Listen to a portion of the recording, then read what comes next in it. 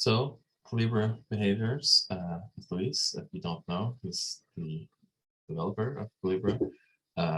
Been in the Grasshopper game for quite a while. One of the originals from back in the day on the forums. So that's where I know Luis from. And he's recently updated Culebra to work with 7, and he's currently working on new tools for Culebra library.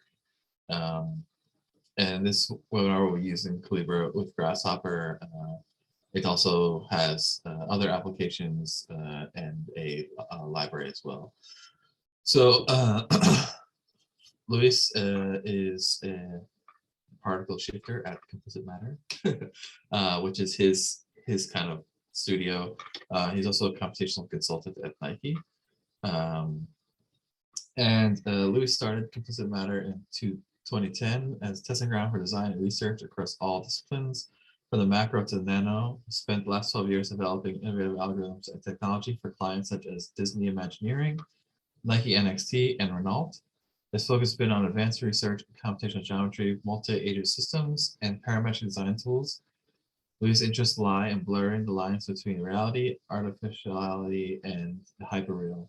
And also another thing about Luis is he's very into sports, like the top quality of sports, and in jiu-jitsu, and finalist 2x Pan American champion, endurance runner, and shift kart racer. And you're also doing like super bike motorcycle racing as well, right? So lots of exciting things going on, outside of computational design. So let me hand that over to you now. So I'll be here. I'll be here the whole time. If anything happens, I'll try to answer questions too. This webinar should be about 3 hours long. And yeah, let's just take it from there. And just a reminder that it is recorded. You'll get the recording emailed to you afterwards once it's done processing. And for those that are attending here live, you'll be able to download that recording. Sweet. A nice gift there. So yeah, give it over to you, and I'll be here. Oh, and make sure you follow Luis on his Instagram. So I'll put them here. If you haven't already, make sure you do. Stay up to date. Okay. Awesome. Thank you. So yeah, before we kind of get started, thanks everybody for hopping on. Really appreciate it. This, we'll try to run this fairly informal. It's quite a lot of content. I know that there's probably some people that have used the tool before. We probably have a lot of new users. It's been quite a while since the inception. So if you have questions, make sure you list them in the Q&A, or we'll try to get to them as fast as we can. And then if it's going too fast or too slow, make sure you let us know. But yeah, I'll start sharing my screen. The idea here will be to kind of walk through a few demo files. We're kind of going to build them from scratch. A lot of the general questions that I get are really kind of centered around the UI, how the components interact, and kind of how to best work. There's general kind of guidelines that we want to follow as we're working through the process. So that's kind of what we'll start focusing on at the beginning. Let me go ahead and start sharing my screen.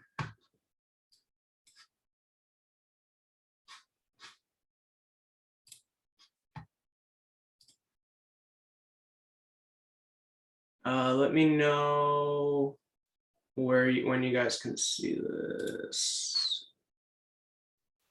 Just a quick thing that I forgot to mention. First of all, we can see the screen, but for the people attending, please try to ask questions with the Q&A button. So where all your Zoom buttons are, there's a Q&A one. just because if you ask it in the chat, it easily gets lost. But if you are talking in the chat, make sure you switch the to field to everyone. Otherwise, you're only writing to me, which isn't very helpful. So yeah, that's it. You have a question ready if there's Mac capability. So there isn't at the moment. It's something that I could look into. I haven't even tried it on a Mac. I don't own a Mac computer, so sorry. Yeah, not really much I can do about that at the moment. The unfortunate thing with Mac is a lot of the libraries like .NET stuff is like missing. Yeah, I do know that if you search in the forums, especially in the McNeel forums, there was someone who was able to use it on a Mac computer. There was a process for going around the exe, obviously, because there's a Windows installer that you're not gonna be able to use on a Mac. But I would search there and hope that helps. Good.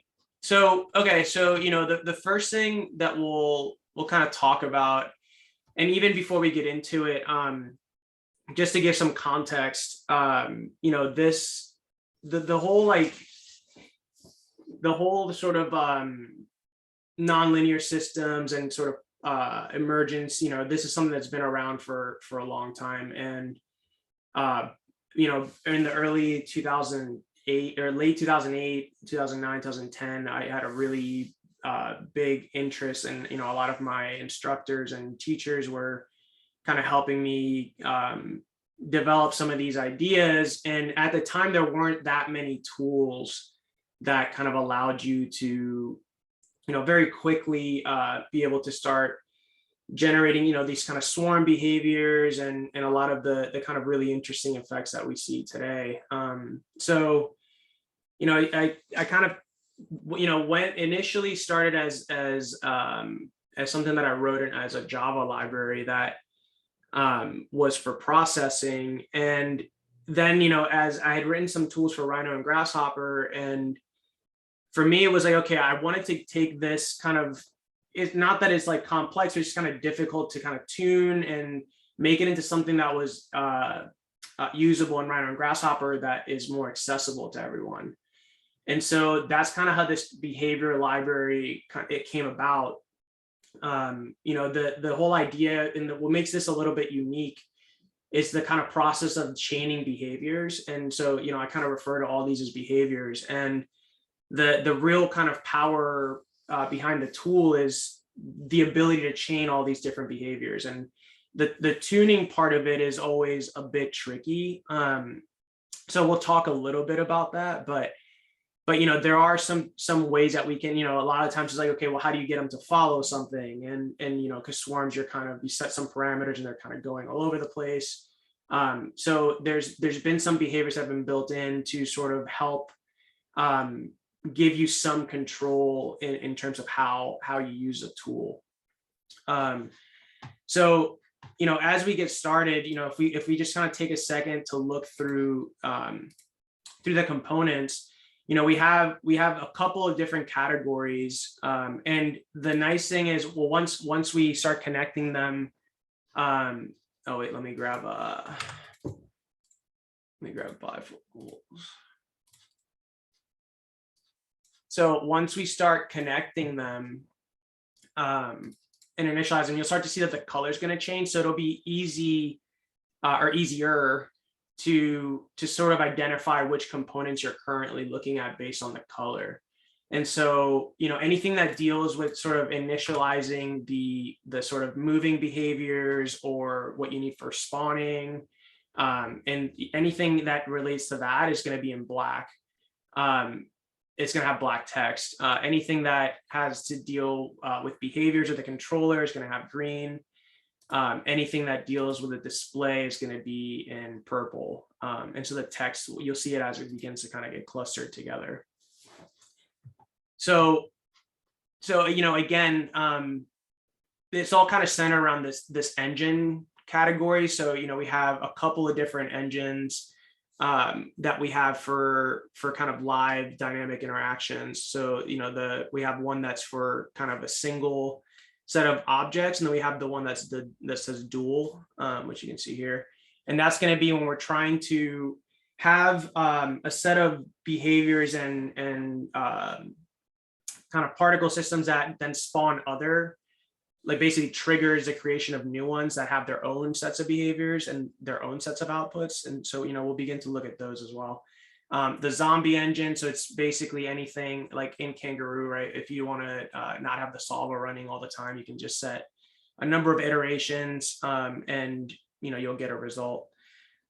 So, you know, with that, we'll start basically with the idea here was to kind of go through a few of these behaviors and, you know, see how far we can get. And instead of, you know, kind of opening up a demo file, we're just going to try to build it together. And what I would recommend is that, you know, each person, you know, as we're going through the example, kind of try to tune, maybe don't necessarily do exactly what I'm doing. But yeah, you know, try to like, try to, you know, come up with your own examples, and, you know, in the end, hopefully you can get some outputs. There's a question, is it similar to the last version? So for what we're doing today, it is more or less the last version, just updated for Rhino 7. And then at the end, I'll show a component that I'm working on that's not available currently, but it will be coming out in the future for Maxon that just asked the question here. So like I said, I'm assuming, you know, we have some new users that have probably never gone through this, and a lot of people that have used a tool before, but maybe, you know, can benefit from kind of going through the process together. I think I just saw one question. Update your Rhino. It shows, but yeah, whoever just asked that, update your Rhino. When you're getting the newer minor version of the Grasshopper SDK. Okay, so you know, the first example we'll go through is going to be just like a basic kind of flocking example. So what we're going to grab our spawn settings, and I'm just going to draw a rectangle at the center, and I'll just make it like, you know, again, one thing to keep in mind is that the size, you know, like, because we're controlling everything with vectors, the size of your scene is going to matter. So, you know, it's going to be relative to the, like, how much speed or how much your maximum speed or your certain behavior parameters are going to be based on the size of your scene. So the first one, I'm just going to make a rectangle, you know, roughly try to keep it, or that's, you know, around, if you want to follow the same settings that I'm using, would just maybe 4 to 500. So I'll just do like 240 by 240. So that way you should get roughly like a 240 by 240, sorry, 480 by 480 rectangle. And so I'm just going to grab the box spawn, and what we want to do is just make a rectangle here. So like, just grab a box rectangle.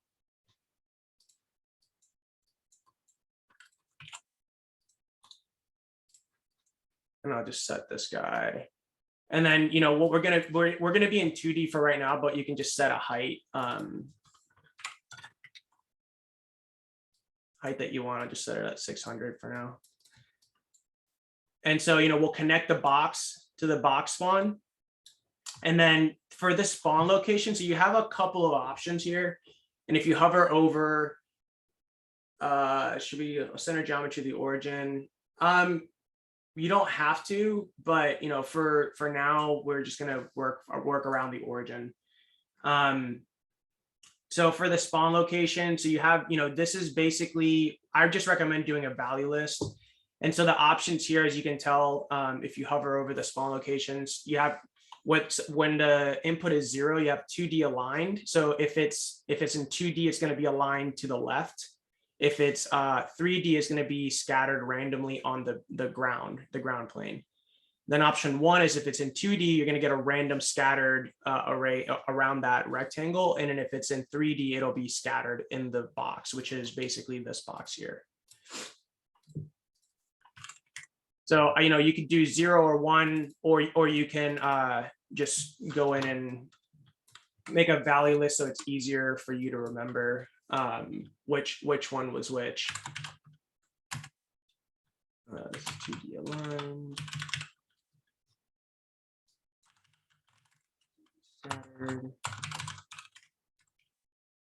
Yeah, so for units, I'm in millimeters right now. Just for everyone, if you want to just follow, just do millimeters. And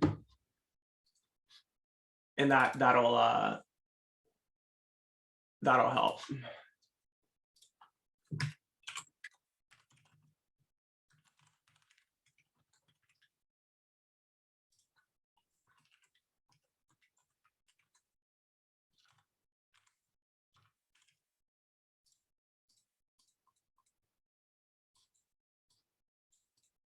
And so you'll see these obviously as we kind of go through these. And then for the spawn count, however many you want to do, obviously keep in mind the scene can get very large very quick.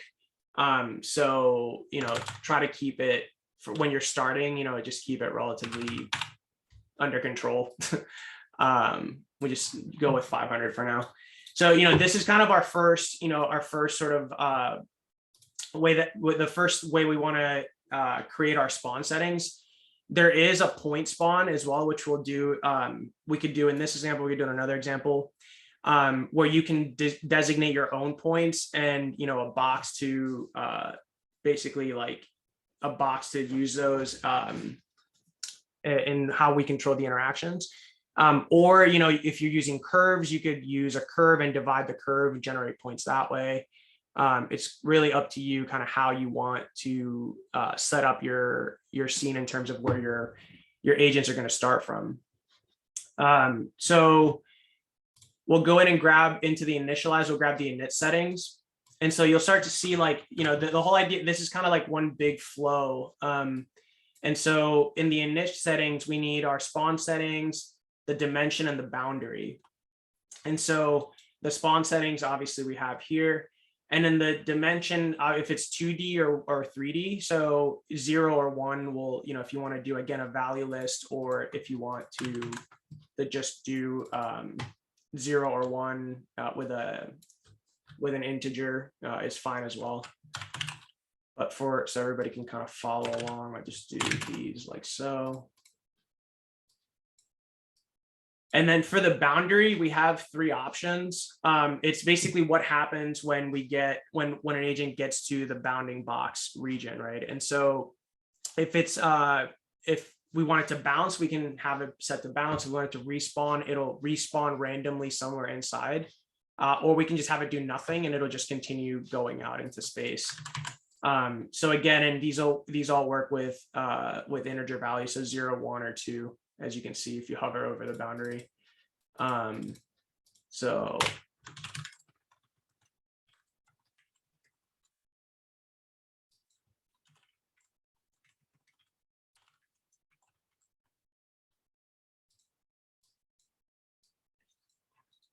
and then so that's the second part, right? So now we have our basic initializing settings, and we got to now set up how we want this thing to move.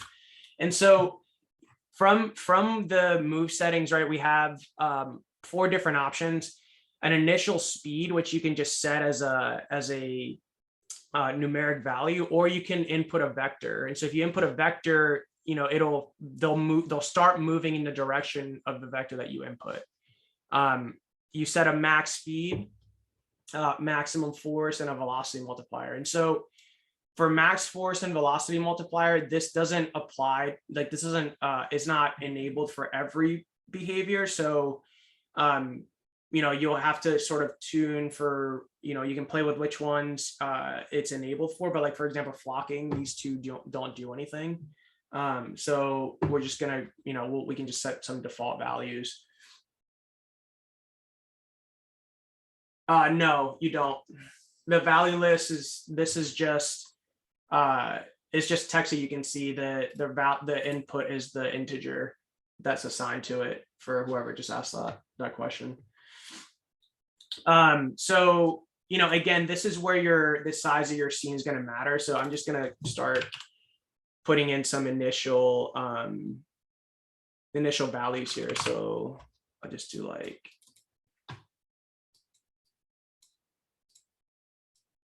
this probably something like this for now.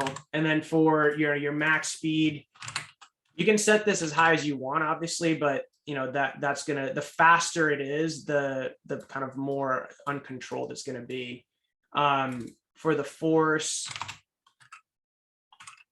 I'm just gonna set set max values to 10, even though these, we won't even use these right now. Cool. So, you know, we have our basic, the basic sort of initialization settings for location, for dimension, you know, kind of all the kind of scene setup information that we need. And so, you know, that's going to be our kind of first block. And, you know, as we go through the demo files, you know, the idea is to kind of build out this first one with the components that we need. And then we'll be just changing the behaviors, you know, as we kind of go through new files. And then I'll just kind of save these. And at the end, we'll upload these somewhere and you guys can have them. So that way you have the exact same ones. Cool. So now we have that. So let's go ahead and go into our behaviors and we'll just grab the first one. We'll just grab flocking here. And so, you know, I'm going to drop a link for those that also want to use the user guide. So, you know, this will give you some will give you some sort of, you know, basic diagrammatic forms of some of the behaviors and kind of options and tools available within the tool. So, you know, for those that want, I can drop this into the chat somewhere. Michael, where should I drop this? Put it in the chat. Just make sure to switch it to say everyone. Got it.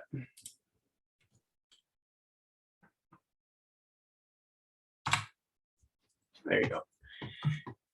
So, you know, you can use that as a guide to begin to help with, you know, some of the component kind of breakdowns. But as we go through these, right, so we're going to start kind of setting these up. So and I'll talk through these as we go. So we're just going to grab a toggle.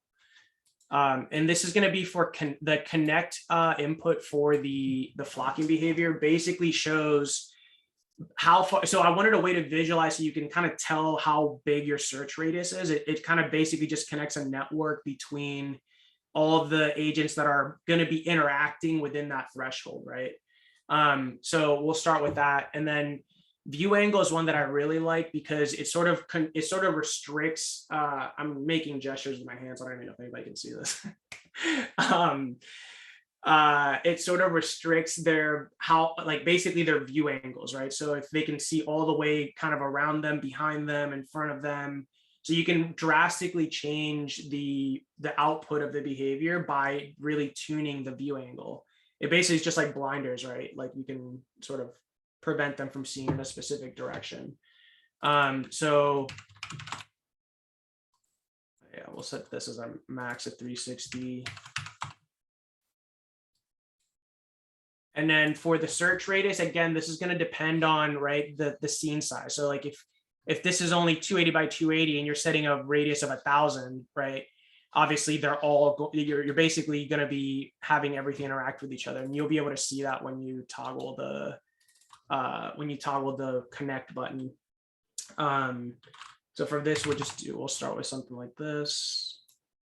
Start with 70, and then, you know, for the align separation and cohesion, there's, you know, generally I would say like start with these at 0 so you can sort of kind of tune them each individually. Like I have some values that I know will work fairly well just to start.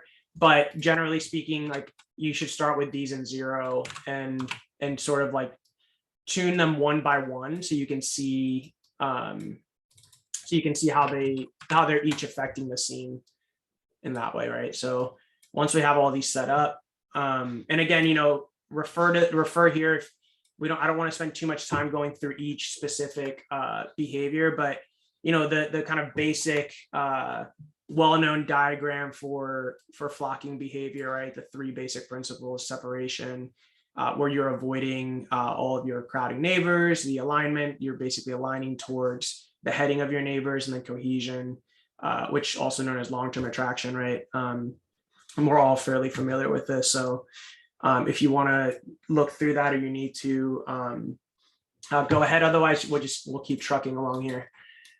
So once the behavior is right, we have our basic behavior connected. We need to grab the controller. And so this is kind of this is one of the I guess the master components that we need. And when you drop it in, you'll notice obviously it has no input. So we go in and we can enable it. And once we connect it, right, you should see the name of the behavior listed. And so what's great about this is you can above or below chain behaviors in any order, right? And even mid simulation, you can disable one and drop another one, and it'll continue to update. So, you know, and again, as I mentioned, right, you can see that we're getting different color text for different categories. So this should help sort of also visually give you some for a recommendation. Again, for a scene about this size, I would stick with the separation and cohesion roughly close to the same, like 0.12, 0.15, and then the alignment value, you know, maybe a little bit less than half of that, just to start. But again, you know, because not everybody's scene might be the same size, I would start with 0 and you know, sort of kind of tune it that way. And we'll do that here as well. So don't worry about that. Okay, so then the next section doesn't accept slider with 0.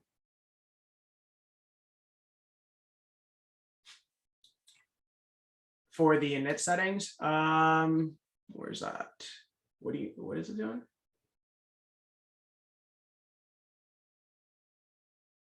Doesn't accept the number slider. Oh, then either do the value list or just type or do a 0 in a panel. Oops. I always use the number list or the value list, sorry. Let me know if that fixes it for you.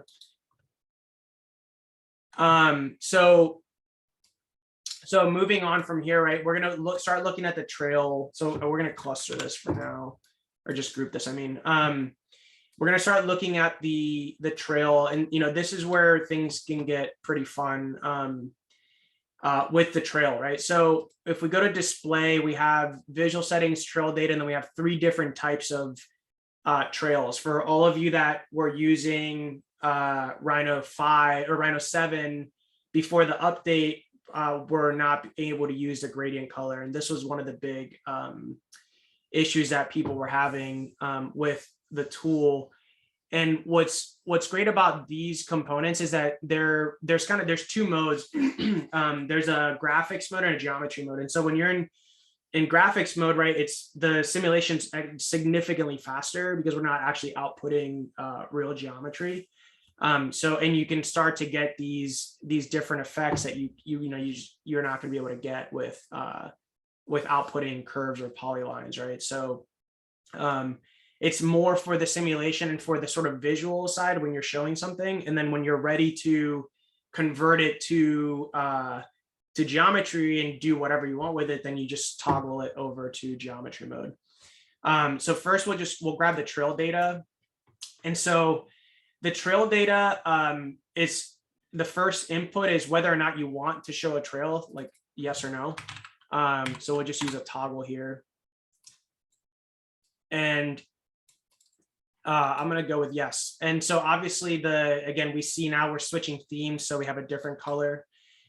Max trail size. So this is basically how how many like basically how many steps have you gone that you want to keep the trail following for. So this is a great option when you want to, if you don't want to reset your simulation, but you want to sort of like kill part of the trails from the end to the head.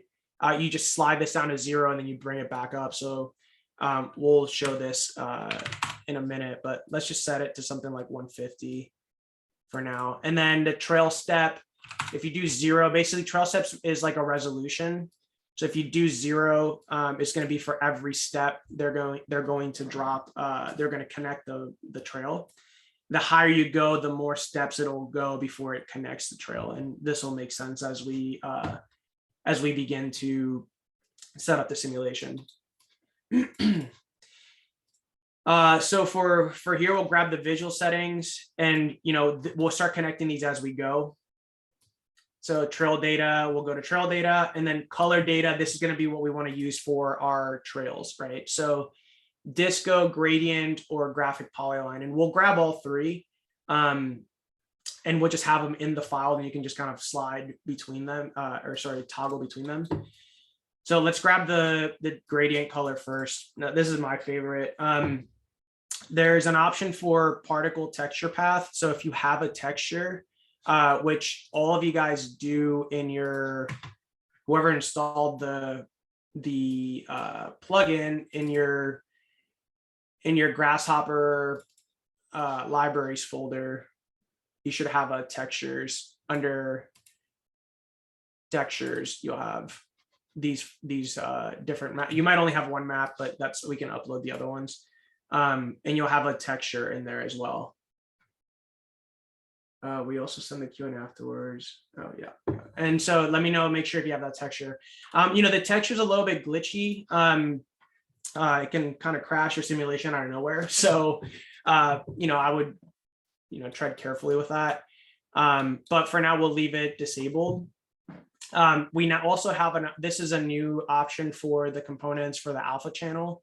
So if you want to, for the gradient trails, you have a lot of things that are nested on top of each other, and you want to play with the alpha channel to kind of give it a bit more depth, you can do that. For now, we'll just set it at the max for 255. And then for the RGB channels, I would just do, the way that I set these up is just with domains. And so I would set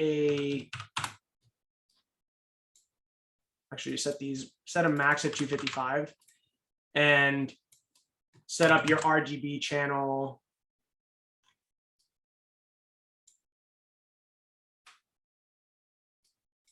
Yeah, that's a good point. So again, that's kind of what we mentioned. If anybody's having trouble with the newer version, you can download the beta version. You just won't be able to use the gradient trails, which is fine. You can just use the other ones for now. And that's just, again, the update, having to update your Rhino. So, this will be our first channel, and then we can just copy this twice for the other 2 channels. And then, obviously you can set these to whatever you want. I would play around with these even as we're going through here, so you can set your own colors as you're going through the tool. And then the minimum and maximum thickness. So this is going to be the thickness from the tail to the head, right? So as the longer the trail is, we can set a thickness basically so that it gradates towards the front. So I'll just do a minimum of, actually, we'll just keep this. I'll do 1 and 3 just to start, and you'll get a warning if you go over 3 in this, or over 5, sorry, in the simulation. This will just make it run slower. So performance decreases after 3, just keep an eye on it. So obviously if you start getting orange components, hover over them and see what your warnings are. If you're getting red components, obviously that's a bigger problem. So this is for, again, for the thickness, and then we'll grab our other 2 trails. So we'll grab the polyline and we'll grab the disco.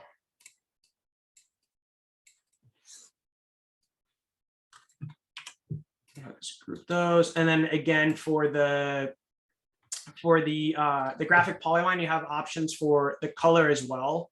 So if you're looking for a specific color, you can grab it in the display. You can just grab the RGB and then, set whatever colors you want.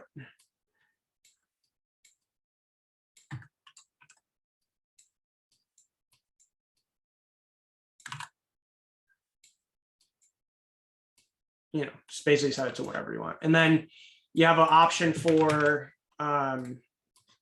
whether you want the polyline to be dotted or solid, and then the thickness of the polyline.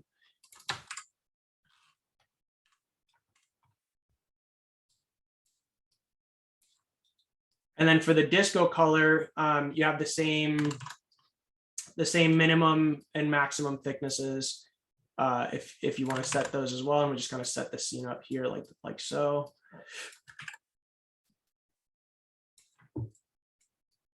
So now we have our three display modes basically, right? And so you can kind of just keep these here, and we'll just stick with the gradient trail to start, and we'll connect that to the color data. And then for apply texture, since we're not using a texture right now, we're just going to do, we're going to toggle that to false. And then for the display mode, this is, I would just drop another value list here just to keep it consistent. Oops. And so for the value list, you want to set value 0 and 1, and then first will be for graphic, and the second one will be for geometry. So 0 or 1. So we'll start with graphic mode. And so that's our basic visual settings, right? That we need to basically get this guy going. And so now we'll grab the engine. And so I'll just group these as well while we're at it. So now from after the behaviors and displays, we'll just go to the engine. The first one, we'll just grab the creeper engine, just a regular kind of basic version of this. And from here, it's fairly straightforward, right? We have everything's kind of categorized and sorted. So we need our init settings, which is this guy, our move settings, our behavior, our visual settings, and then a reset. So here we just need a button. And this is how we reset our simulation. And we're going to grab a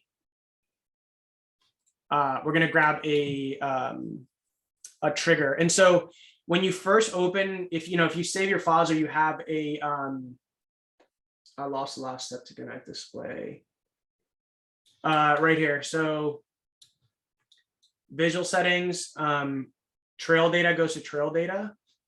And then either one of these three, the trail color data, goes into color data. So if you want the graphic polyline, you go here. If you want this, you go here. Apply texture, right? We just set that to false. And then just display mode, you want either graphic or polyline. And that's just a value list with 0 or 1. And then that connects into the rest of the components here. So when you first open a file, this is again a question that gets asked a lot is, why is it orange? Why don't I see anything? If you hover, again, you guys need to look at when things are orange or red, look at what it says, right? So reset it. And that just means that's basically just us initializing it so that we get our agents in there. And so for the simulation, we'll need a trigger. So this is how we're going to run it. So we're just going to connect it into the engine, and we'll set a interval of 1 millisecond. And then, if we want to do step by step, I'm sure all of you are familiar with the trigger. Step by step is just basically going one step at a time. or we can just run it entirely. So I'm going to go ahead and hide the box, and you should be good here. Just turn all the previews off except for your rectangle if you want to. And let me save the file.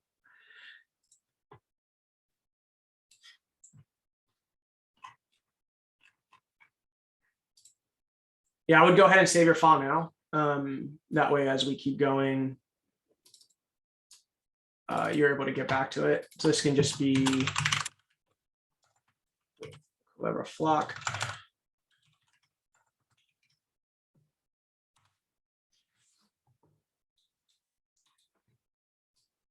And so for the outputs, so again, here depends if we're in geometry mode, right, we'll get points and trails.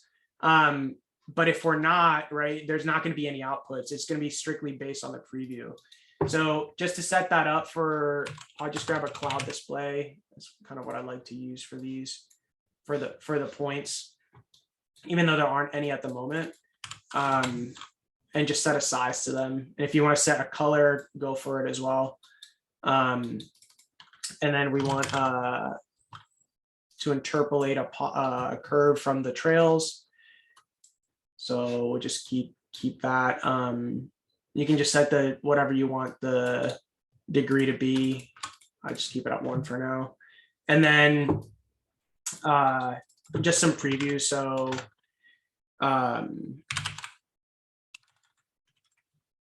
just grab the custom preview for the curve. And we'll grab another one for the connectivity. And so this one will be enabled when we toggle for the connect, right, to visualize what's going on there. That will show up there as well. And grab a color swatch.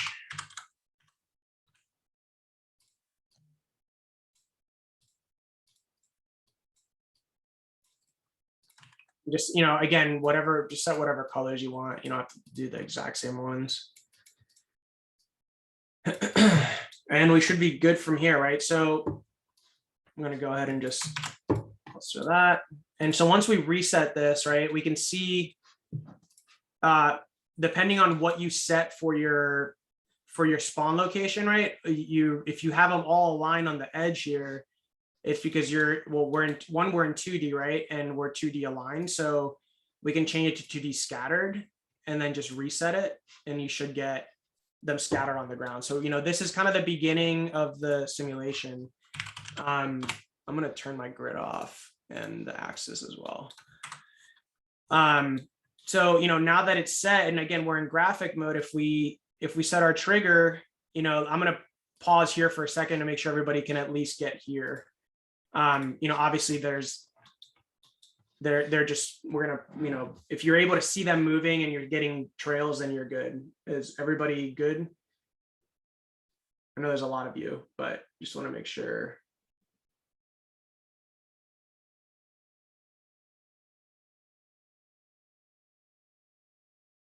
Try the sample files. Visualization couldn't be realized. I need more information on that. You connect the trigger by just literally grabbing it, like click and drag it into the component.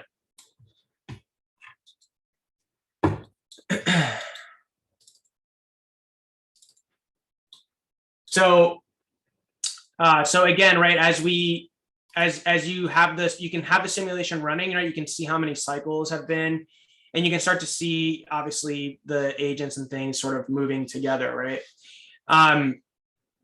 You can just reset it and it'll continue to do the same thing. So we're going to spend a minute just kind of looking at the connect, right? So as you can see, when I click when I enable the connect, you can see how basically the connectivity between them. So I'm going to pause the simulation, and basically everything is looking towards everything else. So if you turn down the the search radius, right, you can start to see this is kind of what the network looks like. And that way it'll be faster. Like the simulation will be faster. And two, you'll start to get different clusters that will start to show up there. And so I'm going to drop the view angle, and I'm going to just run a couple of different examples from here, but I'm going to drop the view angle to something like 40. And, this is where I want you guys to really kind of experiment with this on your end, right? Like I'm not going to talk that much through the differences, but I'm just going to play a couple of different versions. And that way you guys can start to see what some of the settings might do, right? So obviously everything's set to 0. So they're just moving by the initial vector and by a maximum speed, right? If I turn the speed up, and for the flocking, the speed is only going to be matter once the interactions, the behaviors happen. So like if I start to set some alignments, and right now they can't really see that far, right? The view angle is fairly constrained. If I turn up the view angle, you can see now the interactions happen much more, and the maximum speed becomes more of a factor.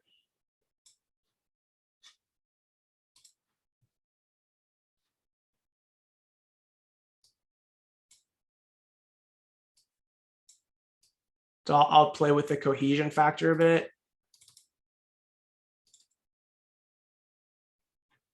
And turn down your view angles, and you can start to get some fairly interesting setups here.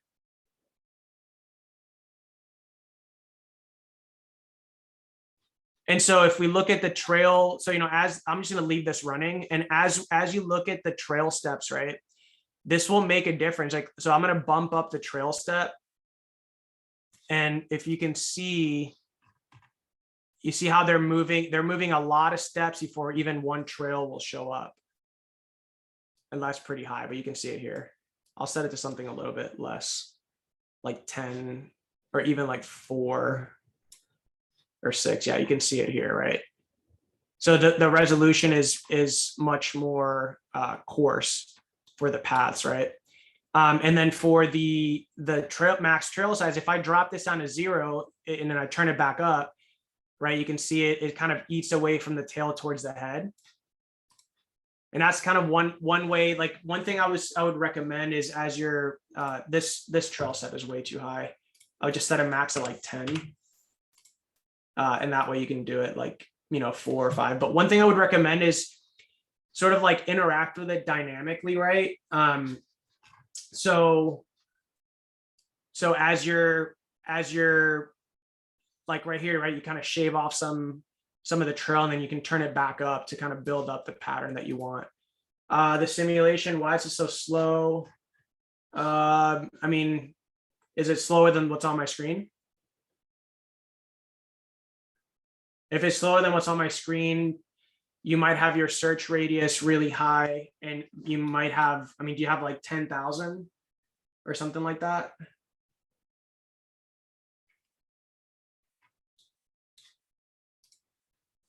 So, and for the flocking, the flocking's a great, like, it's a great sort of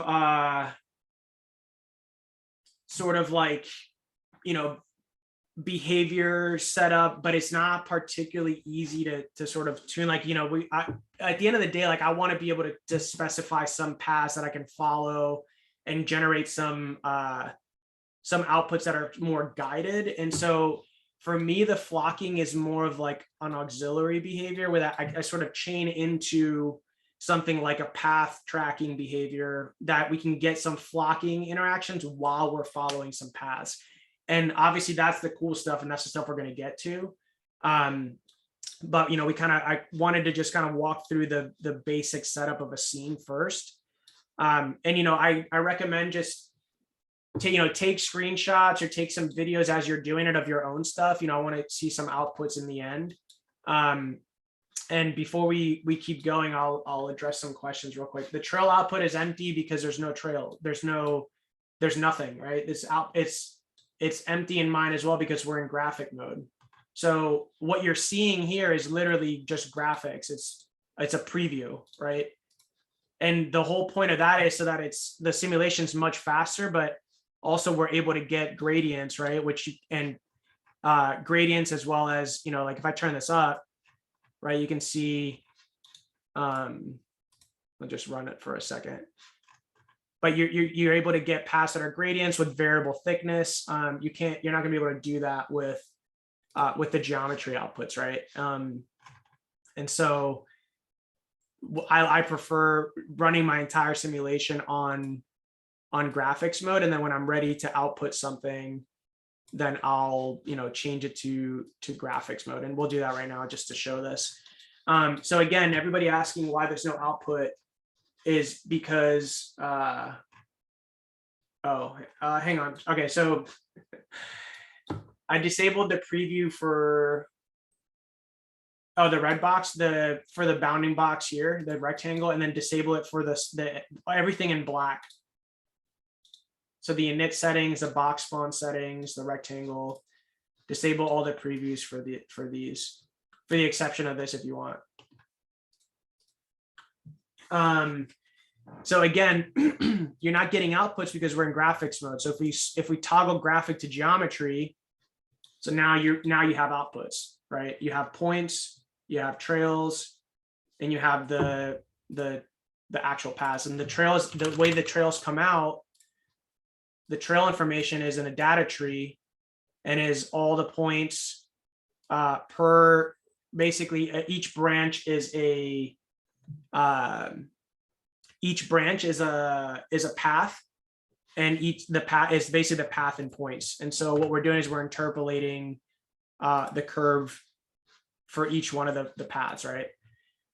Behavior data does not have an input. Yeah, that's because this guy, yeah, you got to zoom in and you hit the plus.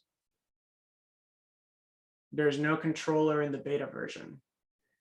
Guys, ask the questions in the Q&A, please. It's there's two different windows going on at the same time.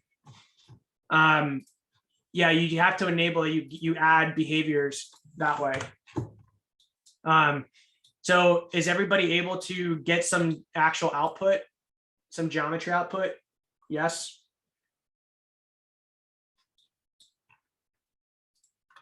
So, again, if we look at the, like this, if I'm running the simulation in geometry mode, it's significantly slower. And that's, that's why we're not really in it. You get just one line, one curve that's one color without gradients, without variable thickness. So that's why I usually do everything in graphics mode. How is my motion more curvilinear? Because mine is more linear and straight. Okay, so we'll go back in this for a second. So whoever simulation is like, it looks straight, meaning like there's nothing happening. So it's probably, I mean, if your entire behavior inputs for the flocking is set to 0, you're going to end up with stuff like this, right? And for now, I would, if you're new to this, I would turn on the connect just so you can see what your search radius looks like, right? Right now, if you can just kind of pause it, you can see what your search radius looks like here, right? If it's really low and you don't see anything connecting where you're not, then each agent can't see any other agent, right? So that's a problem for these behaviors. So you have to turn it up. I wouldn't turn it up all the way unless you want to, you want them to all interact kind of with each other in that way. But, this is kind of roughly a good marker. And then you can just reset your simulation. And once you run it, just start playing with the behavior. Like right now, the only one I did was just cohesion, right? So I turned up the cohesion and I'm just going to reset it. And you should start getting something like this, right? If you're using roughly the same value. And so, mid simulation, you could also just turn up your separation value, right? And you'll see they'll start to separate from each other. You can mess with the view angle. That's going to change how these guys interact entirely, right? So again, it's a matter of just like interactively changing behaviors. If you want to like stick with the new paths, right? You can, like I mentioned, you can go to the trail step and go to hold it at 0 until it starts dissolving. And then set it back to, now bring it back up to whatever value you want. And they'll start going from here. Obviously the separation's a little high. And then you can start resetting it. Again, the flocking, it's this threshold's a little bit high. Yeah. So I mean, everybody should be able to get some form of interaction, right? If you're following the same basic steps. A lot of questions. Let's take a second here. Hold on. Yeah, I mean, some of them you don't have to answer like over and over because they'll have a recording too. And just a reminder to everyone, if you can't keep up, like there's a lot of people here and we have to also get through the material. Right. Yeah, if you see the same stuff coming up over and over, just they'll just have to watch the recording. Right. And so if you want to output something, right, again, this will be the last thing we'll touch on this and then we'll keep moving forward. Let's just say that I'm happy with this, right? And I pause the trigger, and this is for whatever reason, this is what I want. You can also turn up the resolution here by going to the trail step and setting it to 0, and then toggle this over to geometry mode, and you have your curves, right? They're right here. You can literally right click, bake, set your layer, and bake them out. All right, they're all right here. So of course, like as we look to do outputs, we can do the outputs this way, and then you can pipe them, you can take them to ZBrush, you can do any number of things with those curves. That's kind of up to you, right? Then real quick, if you wanted to do a 3D version of this, right? You just switch this to 3D. Actually, one other thing, I guess I forgot to show the respawn. If you want to do that, right? So as they're going, I'm going to switch this back to graphics mode. So you can see as they go to the edge, and again, we're spending a lot of time on this file because we're kind of going through everything. But once we start adding behaviors, we'll stop kind of going through this part of the process and we'll get more content going. So you can see as they go to the edge, they respawn, and instead of bouncing, they'll respawn somewhere, right? So that's what respawn does. And then if we do nothing, then they'll just go out into space. There's no constraint at all here. And then so if we switch to 3D, right? We go from 2D to 3D.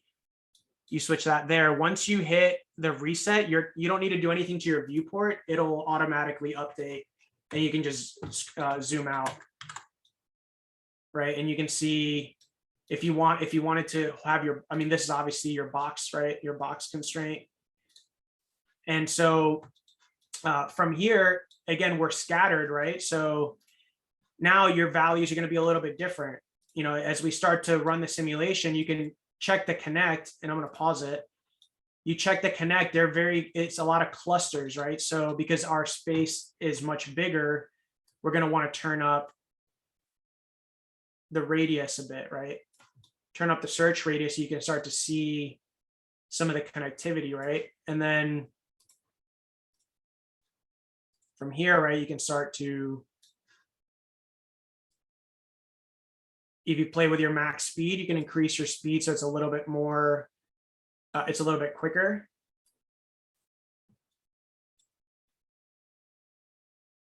I don't particularly like that cluster. So, you can start to separate them a bit.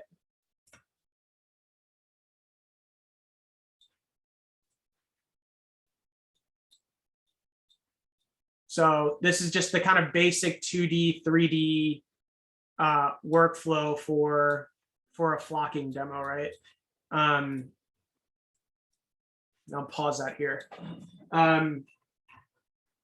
it's flat from non-3-dimensional. When you switch to 3D, again, you have to reset it. So when you switch to 3D or 2D, it'll still stay in 2D. You got to hit the reset button and it'll go to 2D. You want to go back to 3D, you go to 3D, you hit the reset button, and it should, everybody should update automatically. It changes display mode in Rhino from rendered pen back to shaded.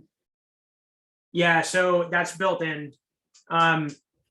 It should change it back to shaded. You know, that's a huge problem for everyone. We can get rid of that in a future setup, but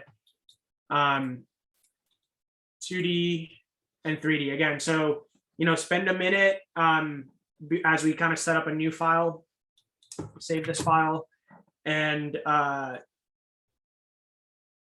when you switch, when the turn the toggle on, the flocking component becomes orange. It becomes orange again, guys. If something becomes orange, hover over it and read what it says. So if you connect it, it turns orange. If I hover over it and go to runtime warnings, uses feature to visualize your search radius, however, it drastically affects performance, so use wisely. That's why it's turning orange. Orange is just a warning. It's not catastrophic. Right? Like this is orange because there's no input. So just check the messages, right? If we decide the specific points within a rectangle at this input level where we want the flocking to happen, like any inputs of attraction, can we decide the specific points within this rectangle? Like you're saying, can you input the points? So yeah, so if you wanted to, like, let's say I'm in 2D and I want to use a bunch of points here, right? I'm just going to drop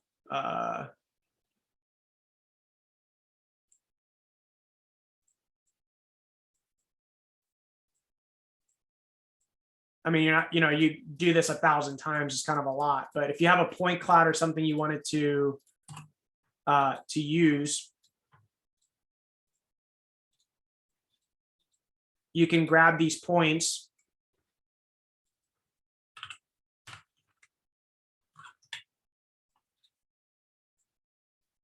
and so from there you can go up to the point spawn and you can set up your points that way, and then you can just do a bounding box around the points, right? And input your box like that. And so what we go from here, instead of the spawn settings from a box, you're just going to input them from points.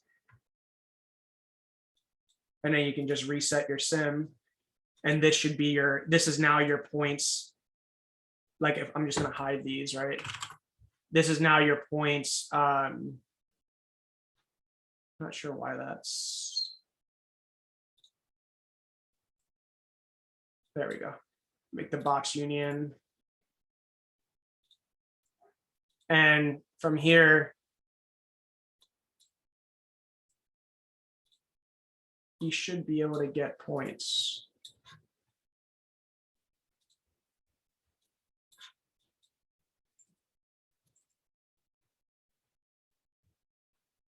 Huh. I have to look at this. Maybe this is a bug.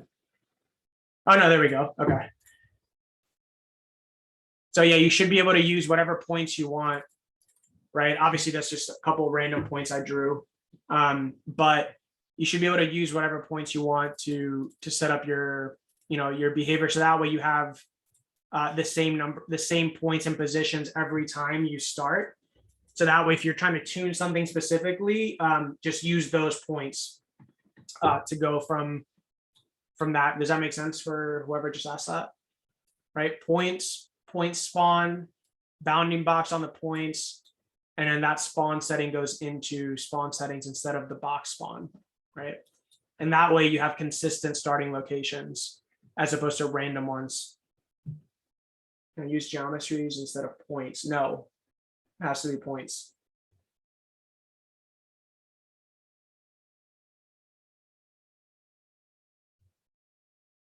Do you know some good settings for permanent movement in 3D that has a graphic bundling visual effect? Instead of converge into the same cluster, fly into one trail. Not sure I understand that question, but I think I do. We'll get to that in a second. We're gonna go to some different behaviors. So yeah, if everybody's was able to kind of go from here, we're just gonna start moving forward. We'll take just 2 minutes and save your file. And try to get some outputs, bake the outputs into your Rhino file. That way you're able to get some stuff at the end.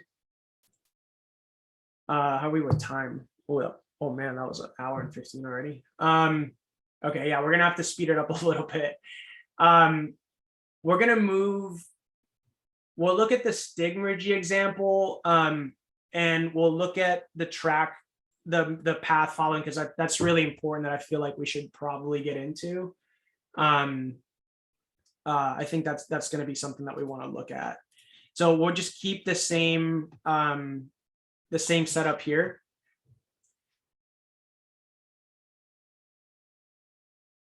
Let me open up. So for the stigma, so again, for this example, right, just keep your file and save it. And then I'm going to save this as a different one.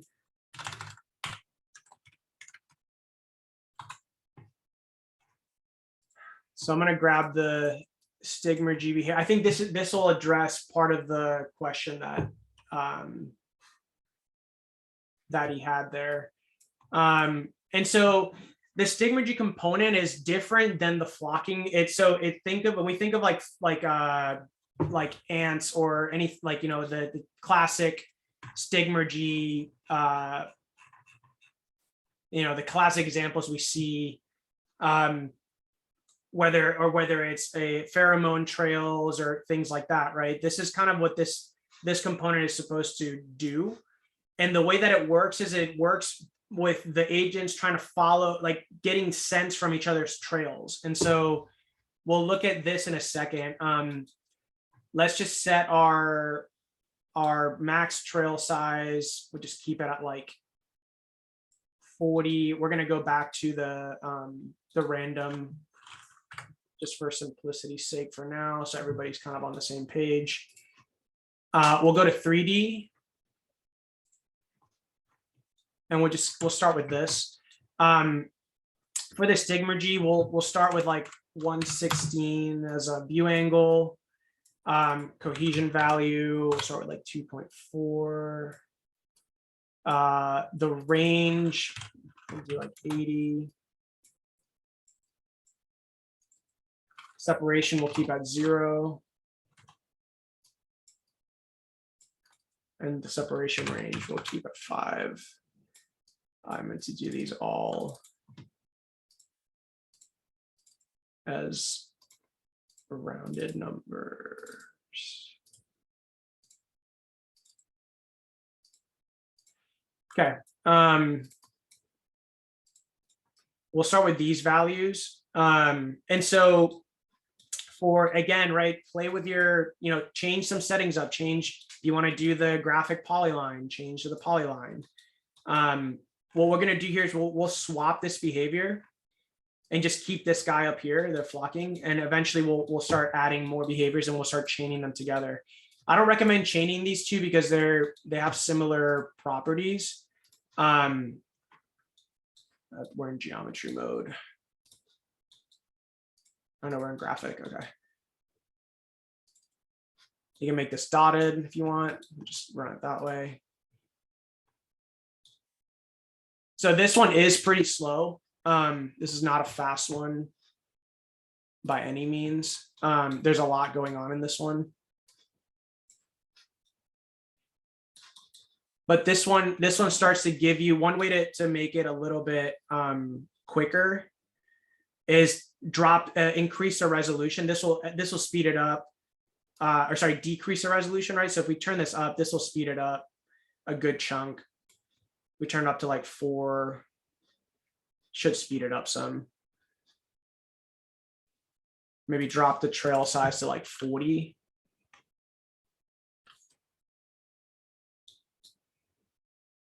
stuck. I'm gonna pause this. This one's getting heavy for a second.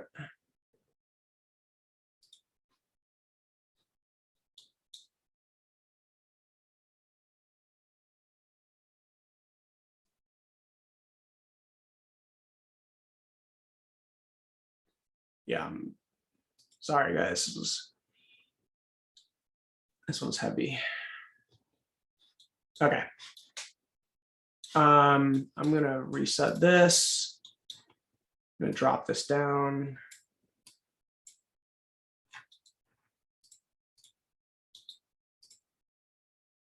There we go. That's better. So for this one specifically, you're going to want to turn or basically reduce the resolution of your trails. So what we're seeing here and why this is different is what they're trying to do is they're trying to get in by adjusting your view angle, you'll get different results, but they're looking for kind of sense of the other agent trails, right? So they're going to try to like basically follow, they're not really following, but they're sort of guiding towards those trails of the other agents that are within their range that they can see with the view angle, right? So the search radius right now is, oh, search radius, it doesn't exist for this one, sorry. You have the view angle, you have your cohesion magnitude and the range. So basically the range is more or less what the search radius is. So if you turn this to like 60, and then there's no separation at the moment. So, you're getting a lot of the cohesion.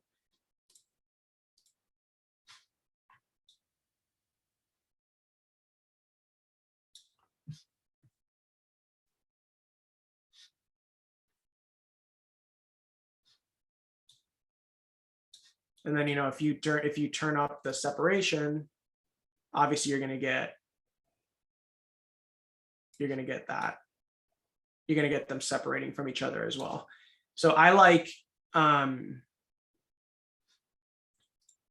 this, the stigmage as an example, just to show it in the sense of like the cohesion element that goes through the path settings, right?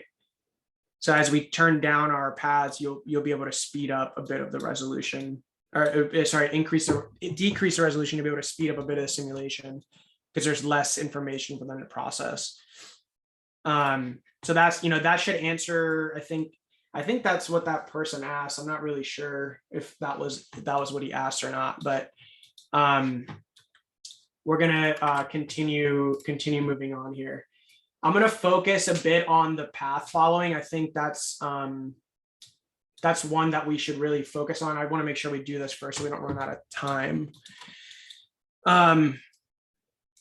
So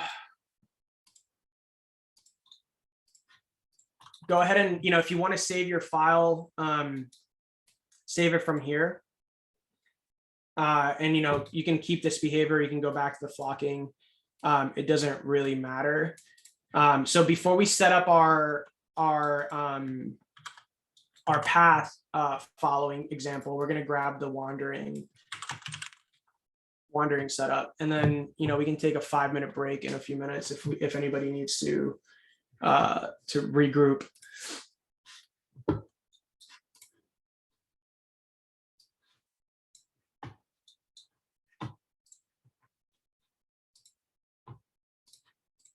So we'll grab the wandering and we'll go back to 2D.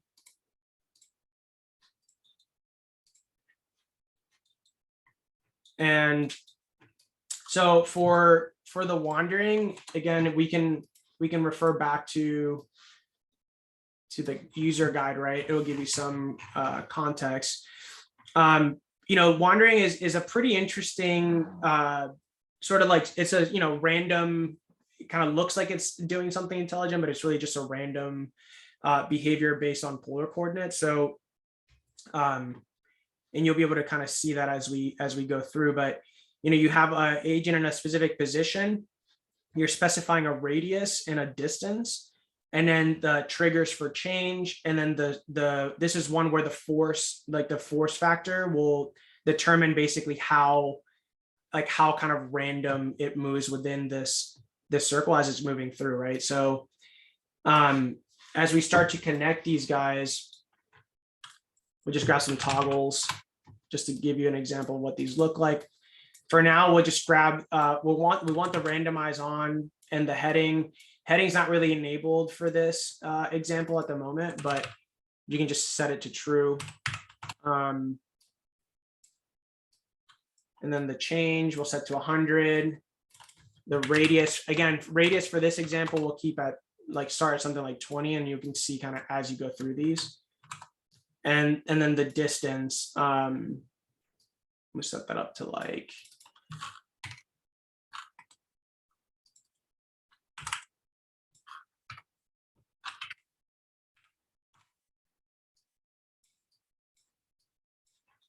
and then I'll just connect this guy. So as I reset this, let me turn this guy.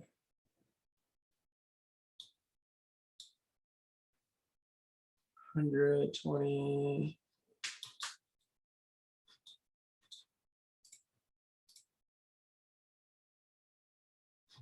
Oh, there's no force.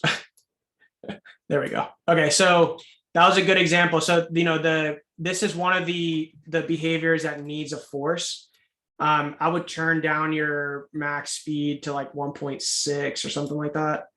The force, if you leave it at 0, then it's just they're just gonna be moving randomly in that direction, right? So as we turn up our force value, you can turn something like 0.6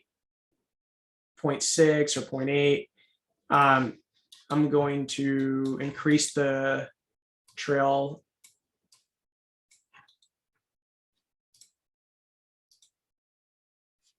I mean, it's a lot of these, so I'm going to turn these down a bit so you can kind of see what they're doing. Just going to do like 50. So you can kind of see, right? It's sort of, they're just kind of meandering. They're just wandering around. That's why it's called wandering behavior. If you turn up the force a lot, right, you'll start to get more, the more you turn it up, the more drastic of a behavior you're gonna, like the more drastic of a jitter kind of that you'll get. So let me turn the trails down a bit. So maybe here. So, our force is pretty high. If you start decreasing the distance, right, that's just the distance it's being projected outward, right? You're going to start to get these kind of more like less subtle movements, and you'll start getting more of these kind of movements, right? And then the more you increase your radius, the more you're going to get this weird jitter. So I would keep it, roughly like under 20.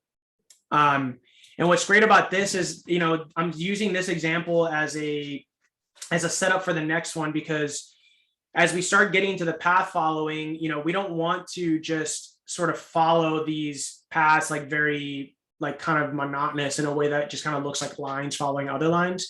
The wandering behavior helps sort of give some body and some volume to that movement. So was everybody able to get this working, get the wandering working and getting something similar to this? Right now, they're just respawning. I make sure we'll take a few minutes, answer some questions. We'll take a quick break, and then we'll get into the good stuff. Let me know if you guys are good here.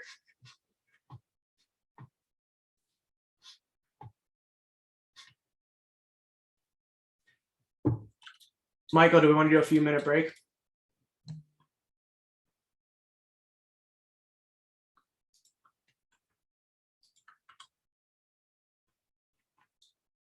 Did we lose him?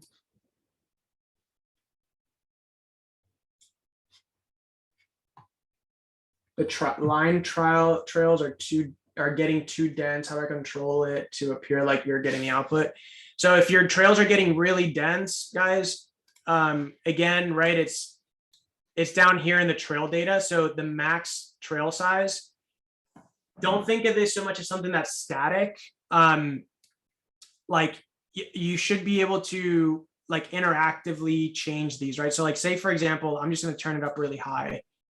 and I'll just reset this, and I'll just put a bunch of agents up here. I'll put like, I don't know, let's just do 1,000 just to make it dramatic. So, right, you have something like this, right?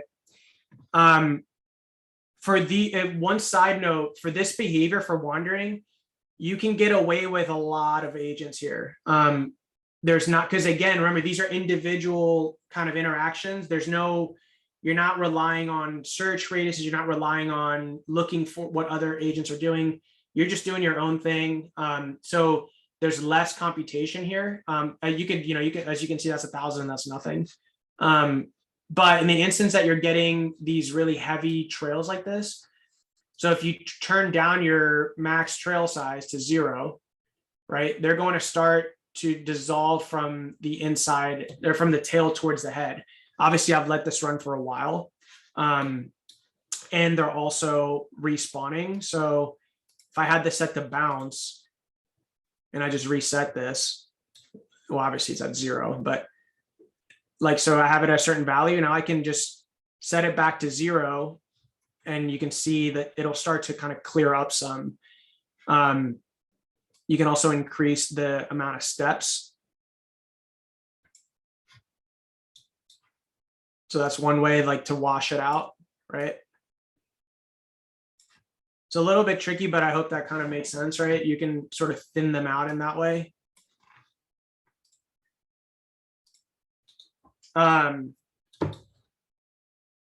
Good. Okay. All good on that side. So we'll take a few minutes. I'm going to set up a file. We'll take a few minutes and try to get some outputs. Try to combine. If you're sitting here for the next few minutes, try to combine these behaviors. Try to, like, basically what you have to do here. I want you guys to just play with this. Go to above or below, right? You can add a behavior, connect the behavior. And obviously you're going to want to not have it be so crazy high for this. But you can connect a behavior there and you'll start to get these two more or less combined, right? And if you flip the order, right? Like, and you can do this mid simulation, you don't have to pause.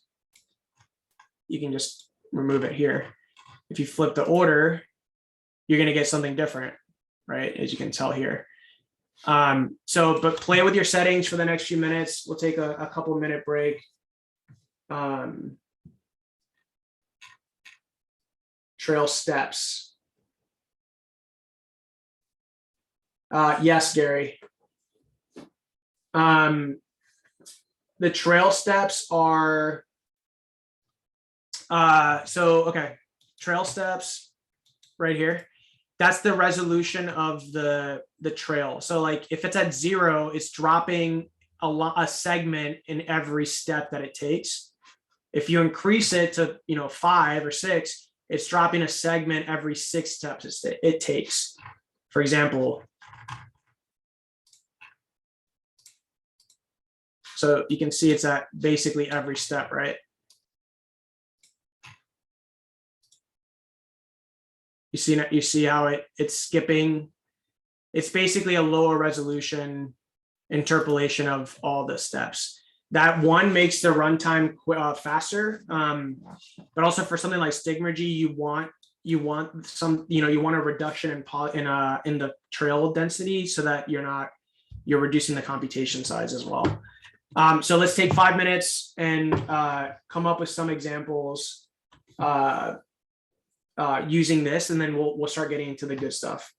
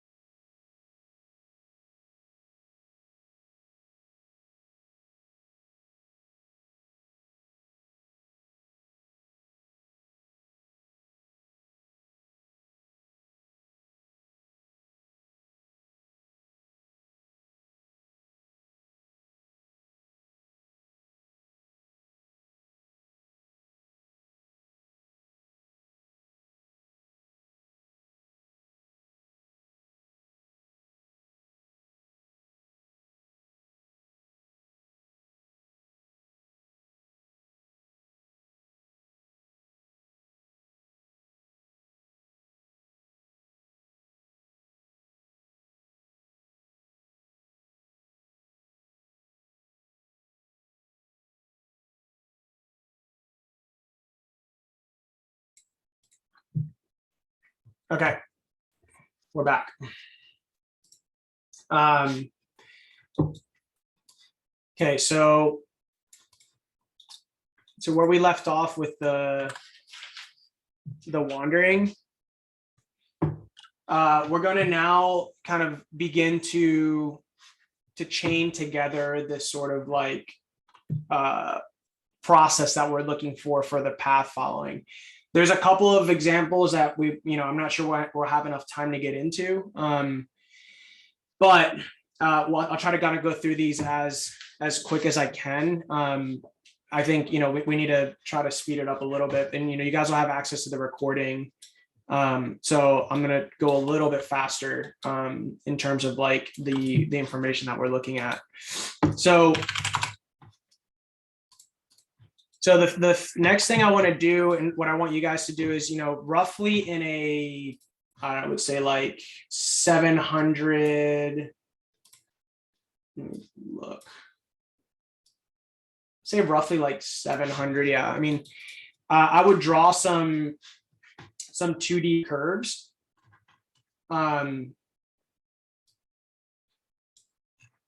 Some 2D curves, and then we're going to convert them over to polylines, but it's basically what we want as what we're going to use to follow, to generate the sort of path following behavior, right? And we'll start it first in 2D. So, you can leave whatever's up on your screen where that's going to go away anyway at some point. So you could just do, I'll just do like I'm going to do a 1 degree curve, and I'm just going to start. You don't have to follow this exact one. Just make some curves, some kind of interesting patterns.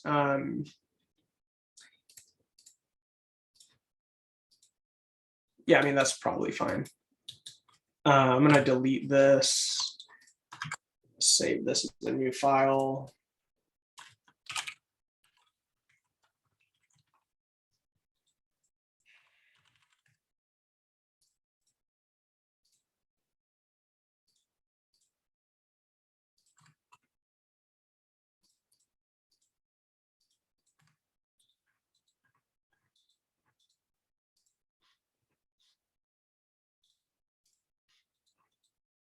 Whatever you want to do with these, right? Just make some 2D curves.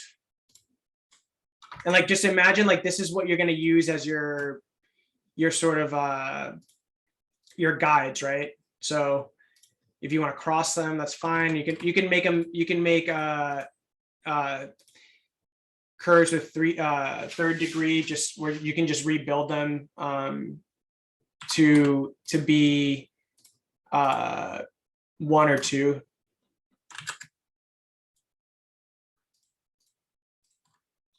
Yeah, I mean, we'll just use this as a basic example. So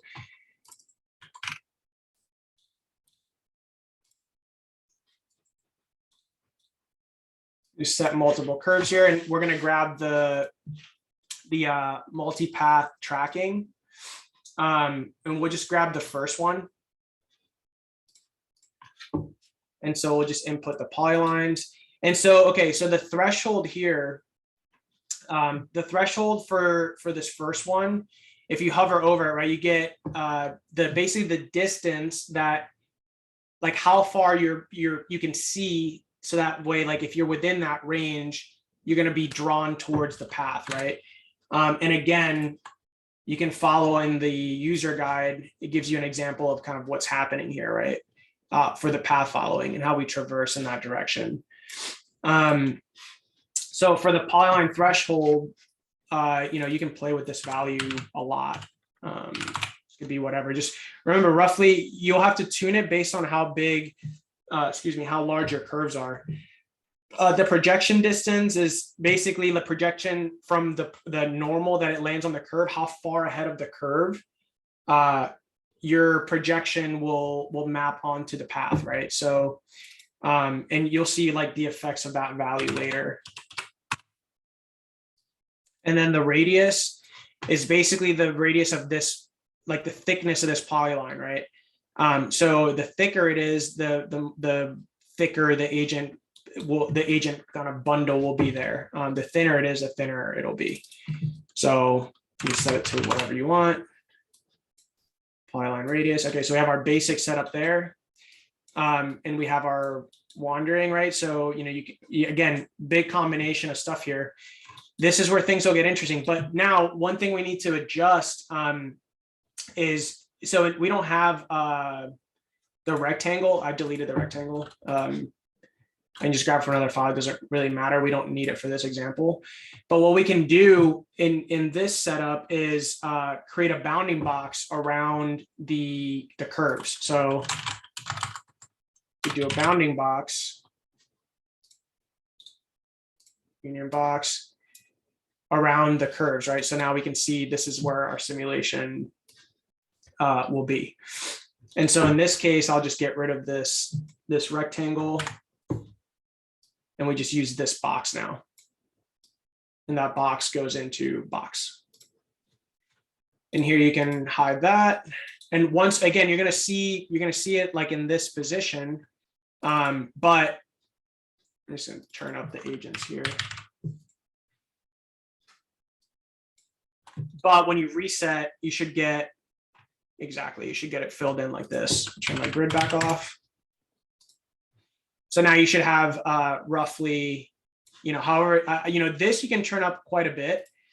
And so as we run this, there's nothing down here because this is too high. I'm gonna set the trail step back closer to like 0. And obviously we need to connect our path tracking behavior, right? So I would layer that first. So you can just connect it and you should see them in the order that they're in.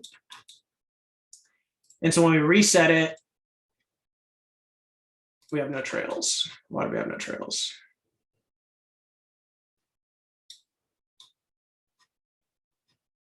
What did I miss here? Oh, yeah, I turned off the preview. So, oops. Yeah, so if you hover over the runtime warning, component preview must be enabled to see graphic mode on canvas. Yeah, so now it should be black, right? So if you weren't seeing that, just preview it back on. So right when we start playing this, now we start to get the behavior that we're looking for, right? So I'm going to change obviously some of these settings. You can get really creative here. With the paths that you start with, instead of bounce, you could do respawn. And so from here, the two behaviors we have chained is that, just to illustrate a little bit what happens if I'm just going to take off the wandering. Right. And you can kind of see it's pretty, it's not like, it's following the paths, right? It's like exactly what it should be doing. But it's not, it just kind of looks pretty kind of rigid. And you can see the paths are starting to disappear because we have a short max trail size, right? So if you want to keep those longer, you just turn that up higher. They're respawning when you get to the box. You can have them bounce if you want, obviously. But it just is kind of just a line going over a line, and you're not getting that interesting of an effect. So, even while the simulation's running, you can just add a input into the controller, and now you can start to see you're getting a bit more of an effect with the behaviors, right? I'm gonna turn down the thickness. Polyline's a little thick.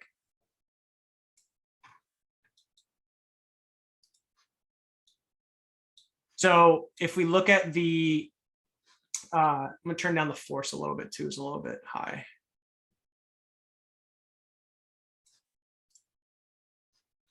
So if we look at the behavior, right, the polyline threshold. So I'm gonna just turn down a couple of these. And you can see there's a lot of them. So I'm going to make a little bit less of them so you can see the behaviors a little more kind of effectively.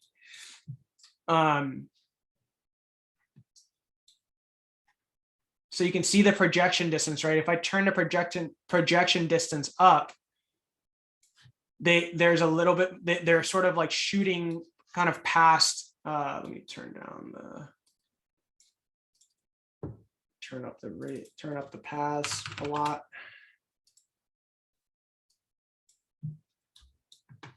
And I'm going to disconnect this.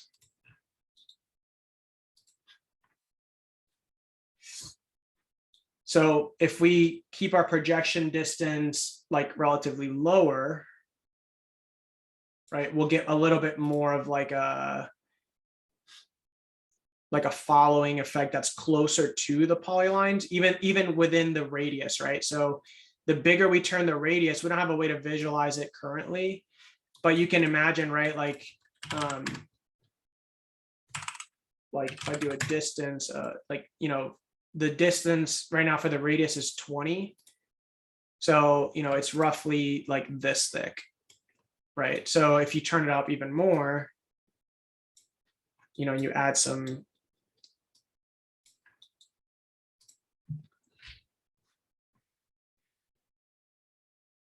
and again, it'll help if you just add another behavior so that it's not so monotonous like this.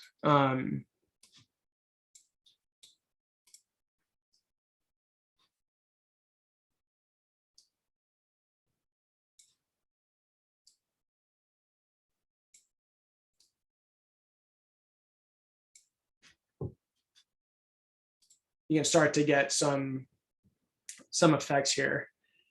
I'm going to make the distance a bit higher, and you know, the paths, the radius is really big. So if I set it smaller, you'll start to get them closer to, like, basically, you know, the thickness will be like so. And so you can start to get some cool effects here. Now, as this is running, if you want to kind of shave off the ends, you can just quickly, like, interactively slide this down to 0 as it starts eating it away, and then you can bump it back up and it'll hold where it's at. So lower, lower, lower, if that's fine, and you keep it here. Lower, lower, lower, and then you bump it up to something really high, and then you'll kind of hold this pattern here. So, you know, in this example, like, I'll pause this guy, and that's just two behaviors kind of chain, right? So if I go to my geometry mode, now I have these lines, right? So I'm just gonna, you know, I'll make a layer, I'm gonna set 1, set A.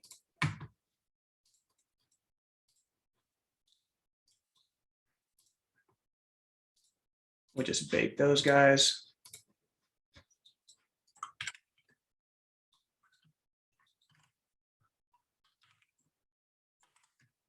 I'll just move them down.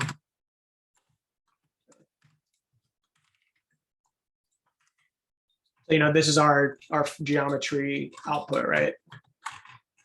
These are actual lines, and you know, that's based off of those paths, right?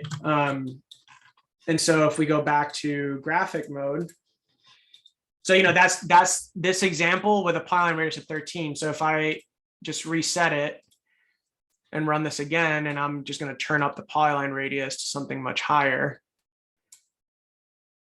That's probably really high, but, and then I'll reset it just so you can see the difference, right? And you'll start to get a better understanding here. And I'll shave off some of the ends of the paths in a second. And then I'll bump it back up.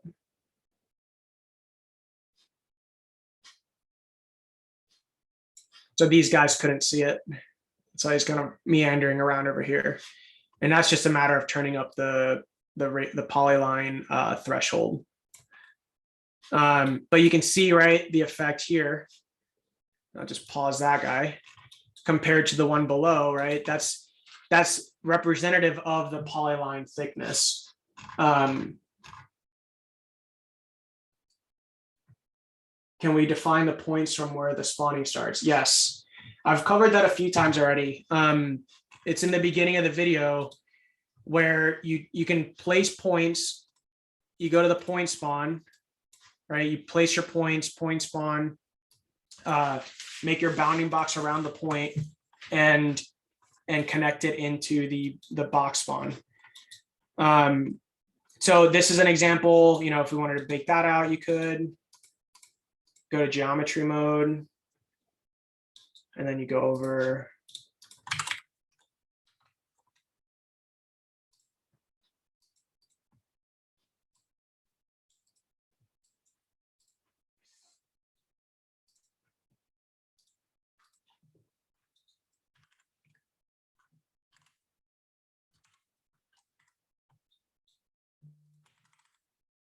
Right, so you have two different examples there. Go back to graphics mode. So obviously, right, you can start to get the idea here. What's great here is obviously this can be a 3D thing as well, right? And so we'll look at the 3D in a second. I wanted to grab another component really quick while we're here, and just kind of chain this. There's another wandering component that's called wandering weaving. And so this one does exactly what it says, right? It's sort of like it weaves left and right like so. So it's sort of like just a weaving behavior, as opposed to being more randomized for the wandering weaving. So you could use this component as well, like if you want to kind of alter a little bit of the flavor of the wandering. And we can just we'll do this guy at 100, we'll do the radius at 20. And you'll start to notice, you know, you'll start to get a good handle on the settings the more you play with it. There's a good amount of kind of variability that changes every time. The only difference here is this rotation trigger is how many steps it takes before it flips back the other direction. So it just kind of mirrors. And then the type. So for the type, there's, again, you could do a value list. Type like 0 is for 2D and 3D. 1 and 2 are for 3D when you're doing wandering in 3D. So you could just do, and it's just two different types that are kind of randomized differently. I usually just call it like type A, and that's 2D/3D. And it has to be 0, 1, and 2. This will be type B and type C, and these are both 3D. I mean, it'll work. Obviously, it's not going to crash if you do it in 2D. It's just the effect is not going to be what we're looking for. So I'll just disconnect this guy, hit the plus, and connect that guy. And you can kind of see, right, it kind of weaves left and right. So this will give you like a little bit of like a different type of flavor. And you can run this one individually as well, right? It doesn't have to be with the path following. So as we kind of shave off the trail size. And then we bump it back up. You can see kind of the effects here. So you get this kind of like weaving, and obviously, like, you know, when you get a bunch of stuff weaving, you get a kind of like a little bit of a unique pattern. That's another variation for that component that you can play with the settings as well. And then let's take this, and we'll take this example, we'll make it 3D. So I'll just go back to this guy for now. So to make this in 3D, you know, you could either make some new paths in 3D, or you can, you know, sort of take the ones you have and kind of modify them to be 3D. So, you know, however you want to do that, it's kind of up to you. Just go ahead and take a few minutes and make some paths in 3D, and just sort of go from there.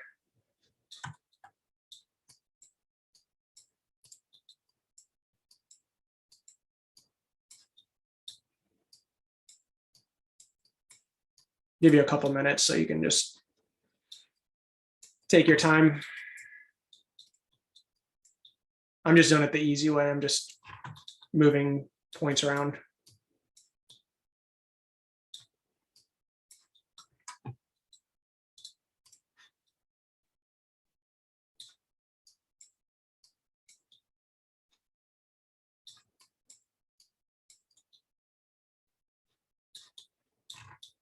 It's not very cool, but it's getting there.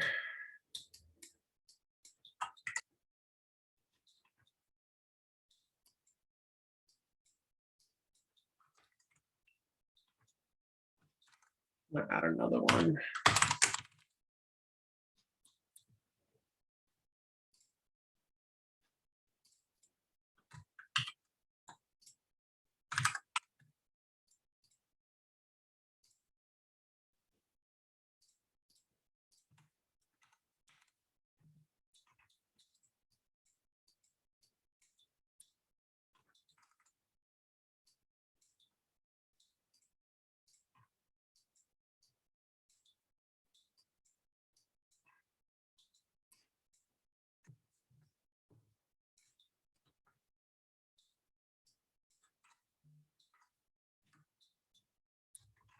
Or you can make it vertical if you want.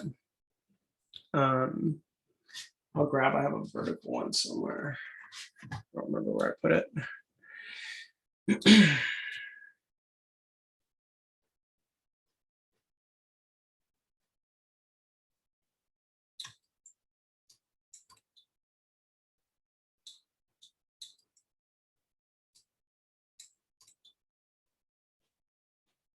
Sure, we'll go with that.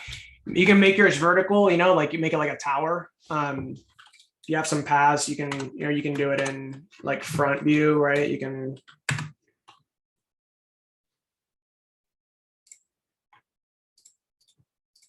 You know, make your path or whatever. Take another minute, you know, and if you want to do something like that.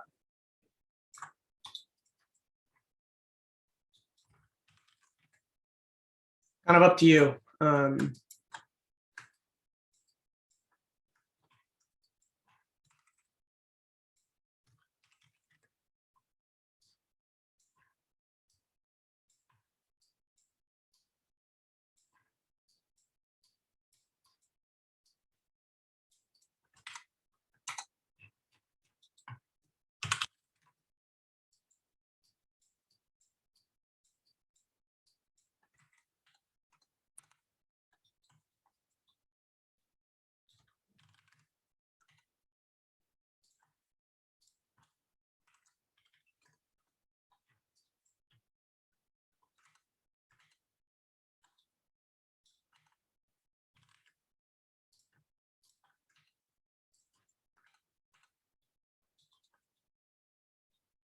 That's not really what I wanted, but.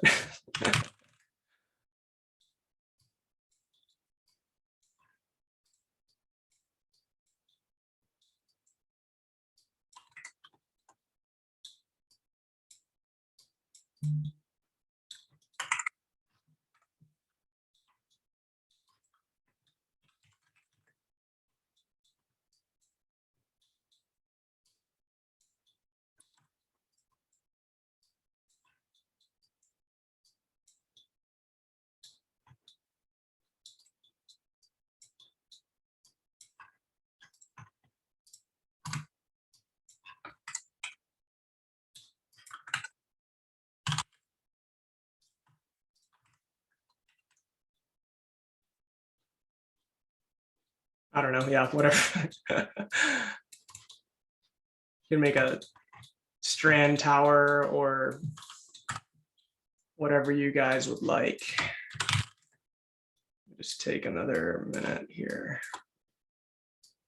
I'll show both examples.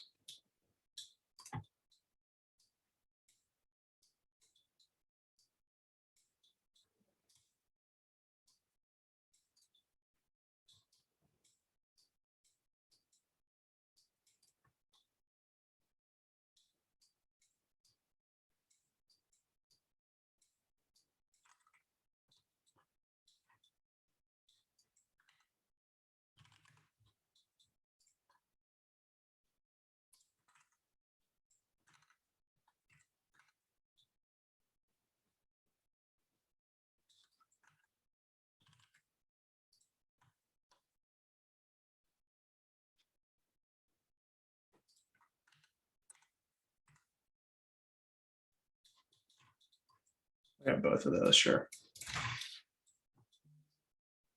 Okay, so I'll just do this one first. So in this case, right, we're going to take our polylines. I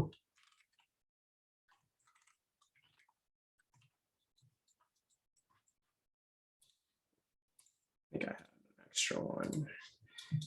And then we'll go to 3D. And we should get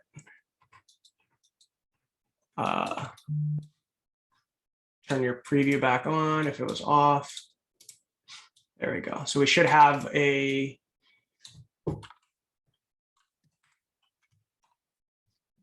off. So we should have, right now, if you want it to be, right now we have it scattered, right? 3D scattered, but you could do 3D scattered on the ground and you could have it start from the bottom, right? Kind of up to you. And so, if you wanted to start, I'll have it start just scattered and we'll see what we start to get here.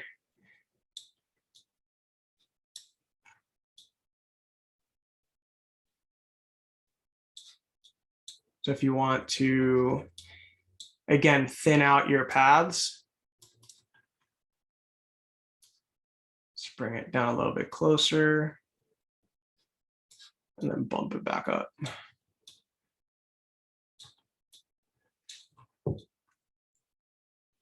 You can play with your settings there. I'll grab I'm gonna do it on this guy just to mix it up a little bit.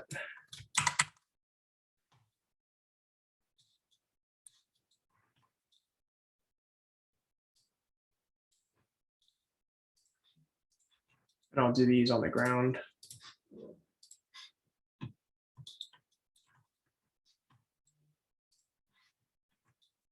These should start to kind of grow. It's pretty tall, so the speeds are going to be slower, right? So you can increase your velocity here, your max speed, right? And that's obviously going to affect the way that this looks. Change this to a different color.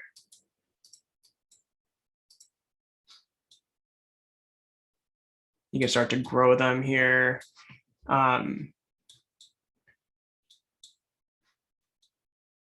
So obviously the path radius is pretty big, so you can make it a bit smaller if you like.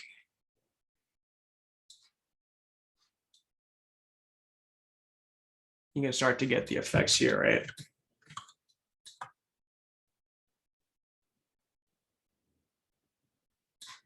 You can also turn these up quite a bit.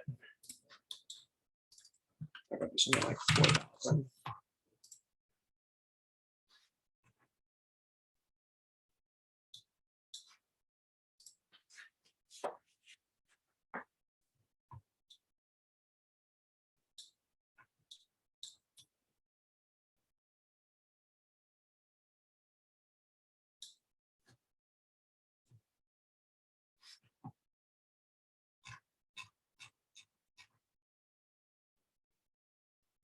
Yes, it does, Gary.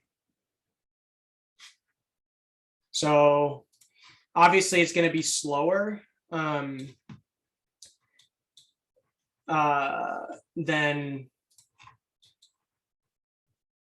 you have to like tune your flocking. I would do the flocking, not so much the stigmergetic behavior with that. But you'll have to tune, like make sure that your connection is long enough.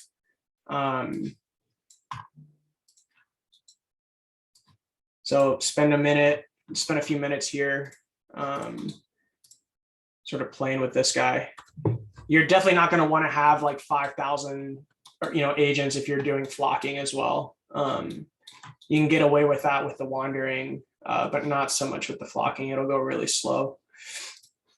So the polyline radius, I'll turn up a bit.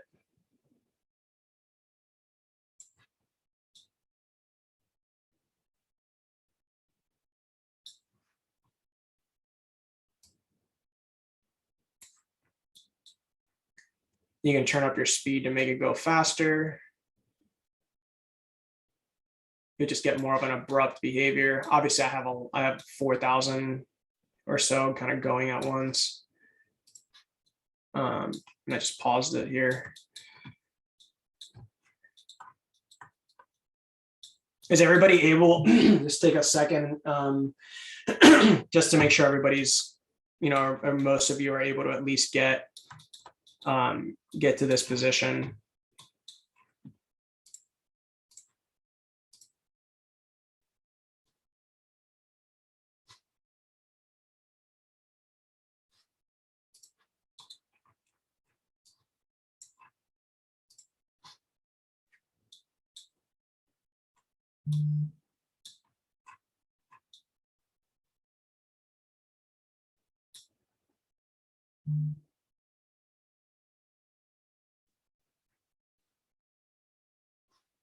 So obviously the faster, if you want it to run faster, you turn up the speed, you can turn it down to have it be a little bit more fixed to the like a little bit more easily in line with the behaviors. Because if you just make the speed vector too fast, you're just kind of projecting really far. Pause this. Right, so you can kind of start to get a sense of, obviously this is a dense cluster because the paths are pretty dense, but you should be able to start to visualize these pathways, right? You turn it up to something like 500, it's obviously going to be much faster.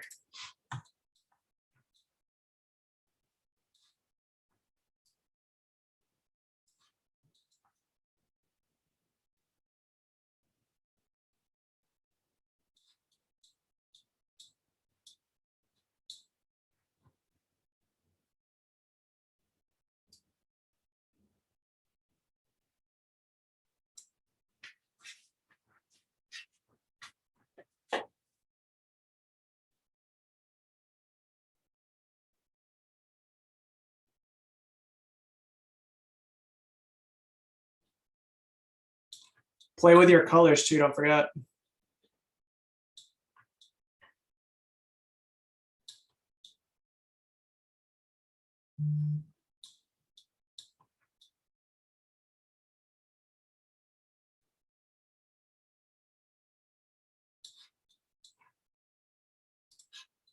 So now you can take that output if you wanted. And go to geometry.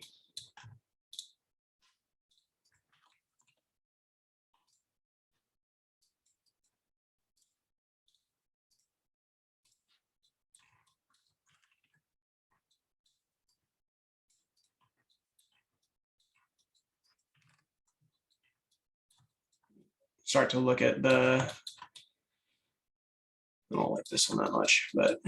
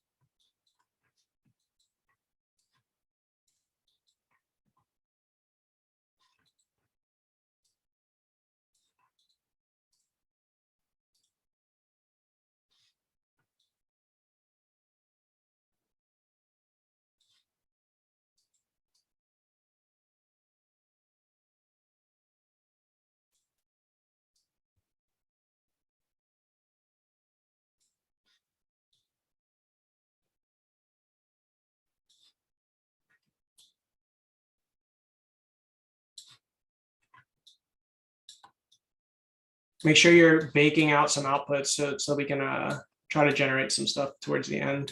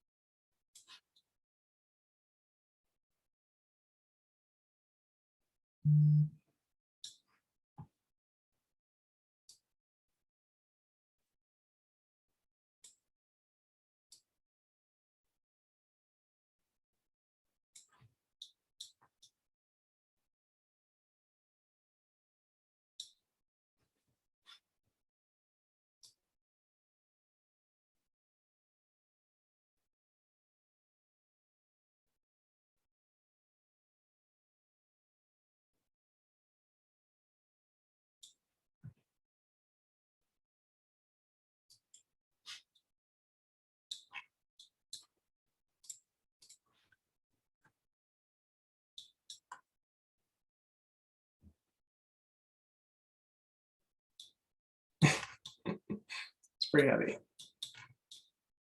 This is a thick one.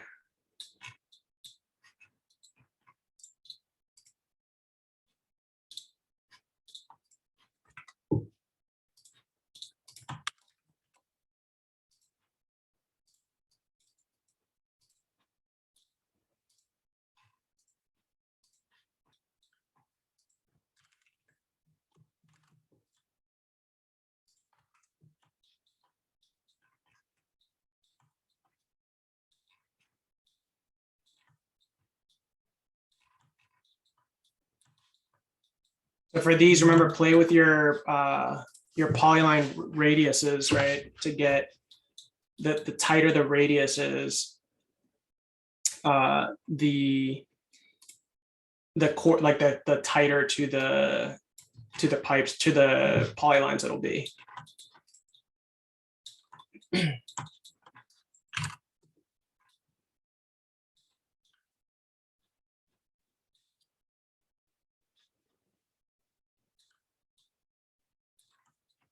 I just grab this one output.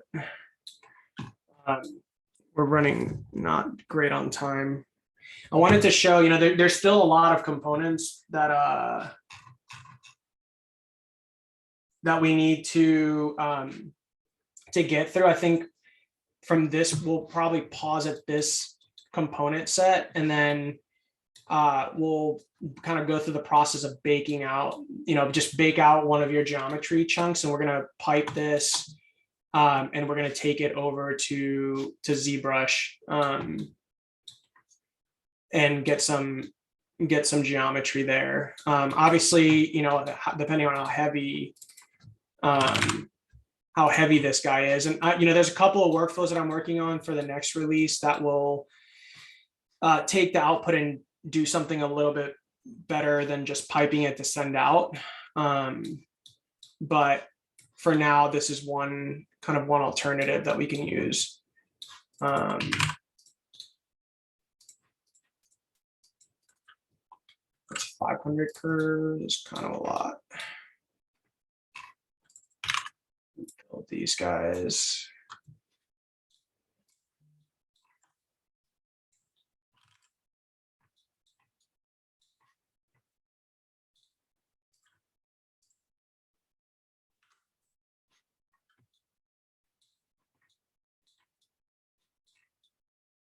Rebuild this to like,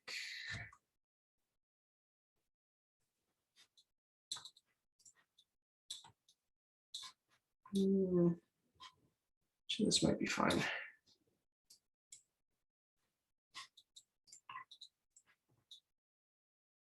Just kind of use this as an example. Might end up crashing this, but we'll see.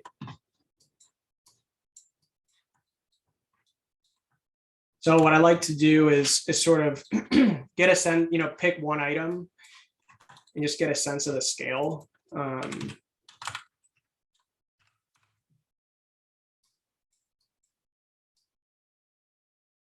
that I want to pipe these guys in.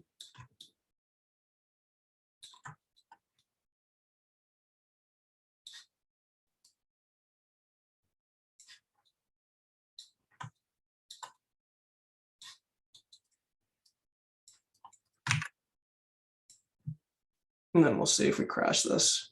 Sometimes it crashes, sometimes it doesn't. While that's going, any questions? you know, obviously, again, we're not even kind of halfway through the kind of components and all the data sets. So, you know, it's maybe we'll get together again. But I think it'll be good to take this kind of part right here and at least bake something so that, you know, this wasn't that dense. I rebuilt it with a count of 10 for whoever is doing curves. And so from these guys, I'm just going to bake these guys out. Try to get some geometry out, and that way we can, if you have ZBrush, or if not, you can watch and you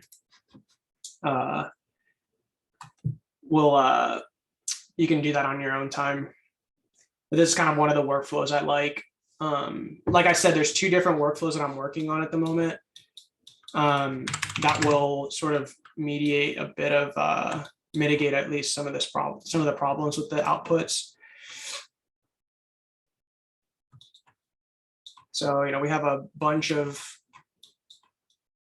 pipes. You can either mesh these, or you can just export them and let the meshing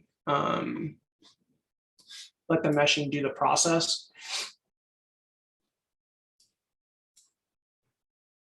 So I'm going to send these out. Demo file. Let's see. Show files. Export them out as an OBJ.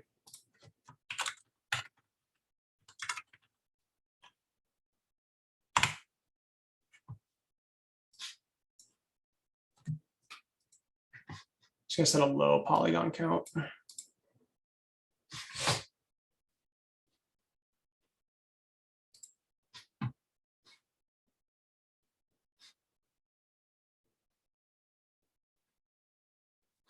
Yeah, sorry guys. It's I know it's a lot to sort of go through. I was, you know, hoping to kind of go through the basic stuff and then start getting into the more complex stuff, but it's kind of walking through it. It takes a while.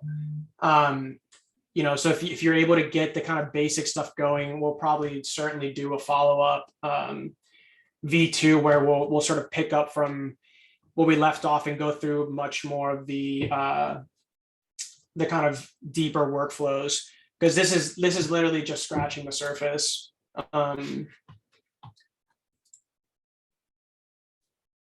So it's exporting out.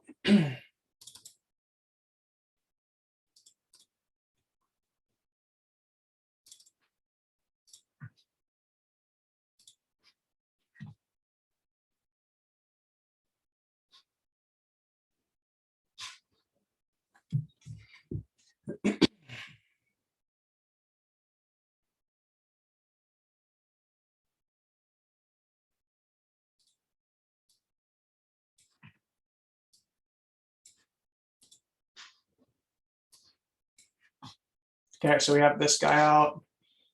So I'm going to open ZBrush. It's already open. And so with ZBrush,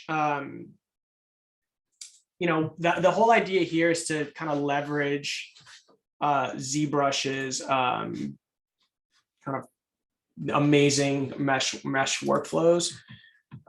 So, and it's a nice way to get some interesting kind of voxel effects as well. So I'll bring this guy in when it's ready.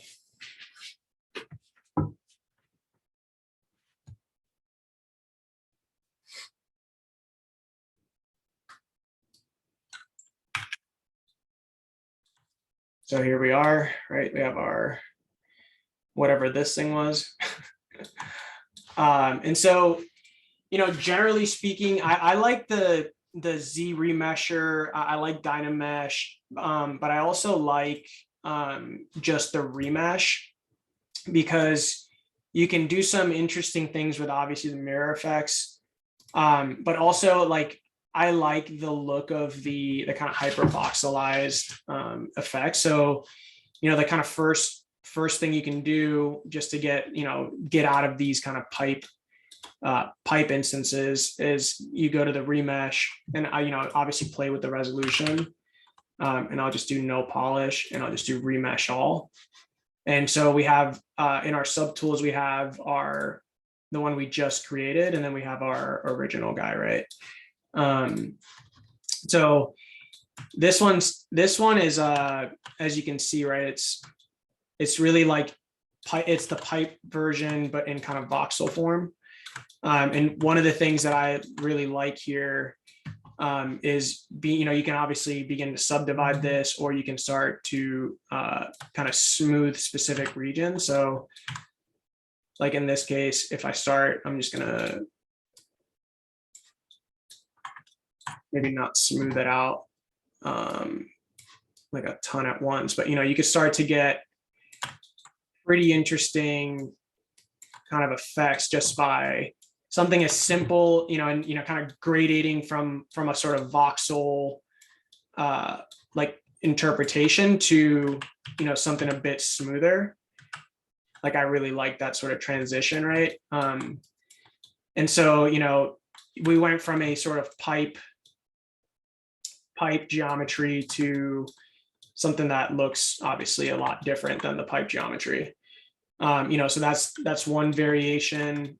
You can obviously play with the density, like even if something as simple as that, you could sort of, you could mask specific zones and then only like smooth out certain regions. Really kind of up to you what you do with the ZBrush world at this point. None of this stuff is new. This is all stuff that a lot of people have been doing for a long time.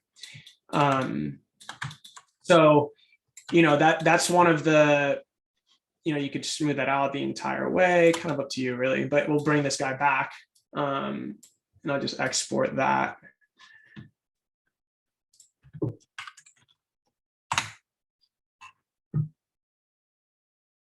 A way to save this growth as a video. You can use something like Camtasia to record it. You can you could set up like an exporter for PNGs based on the viewport, and then kind of stitch that together. There's kind of a lot of different ways you could do that, but I typically just record it. And so, that's like one iteration you could try. You could do other examples where you could mirror cut it. You could do like more resolution.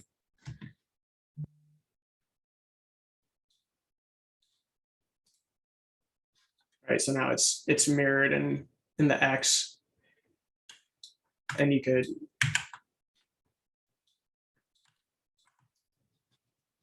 this will give you like a bit of a different aesthetic.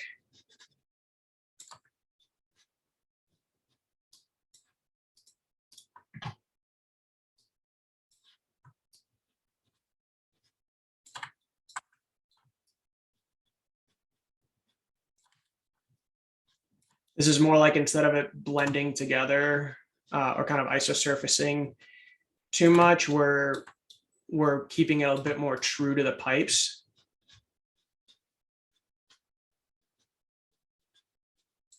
And all I'm doing here is just smoothing it out. I subdivided a level and I went down a level to smooth.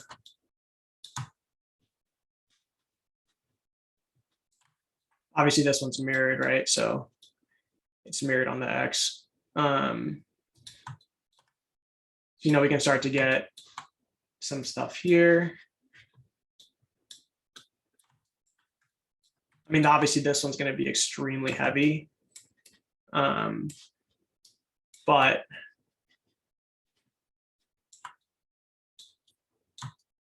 start bringing these back into Rhino.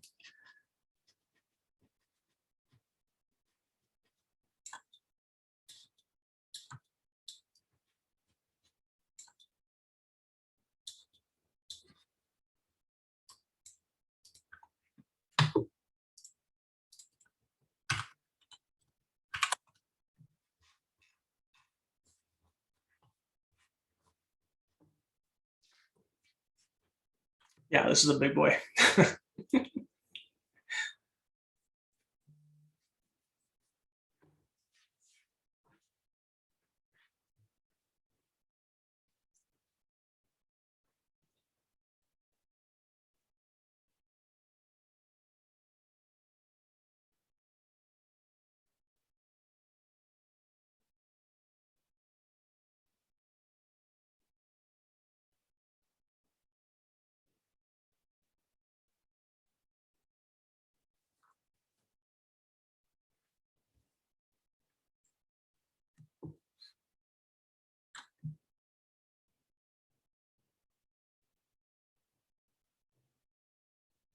probably won't import this one. It's a bit heavy. We'll go back to Rhino.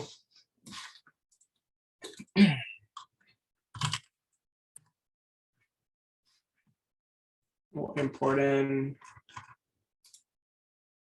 the geometry.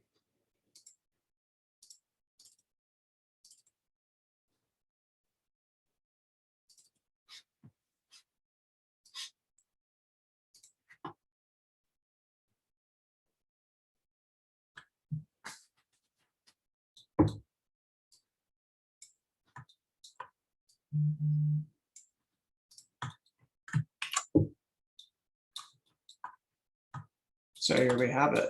You know, I can try importing the other one. It's pretty cool, but it's a little heavy. So, you know, we went from sort of path to a pipe. I mean, even the pipe, you know, has a nice kind of look to it, but you know, you start to get really interesting effects when you go into something like ZBrush, right? And that was just, again, barely scratching the surface of what you can do over there. That's just using the built-in remesh to get the sort of kind of voxel effects, and then just doing some manual smoothing. I'll bring in the other one. Let's see if we crash this thing. Should probably save this. 1 second.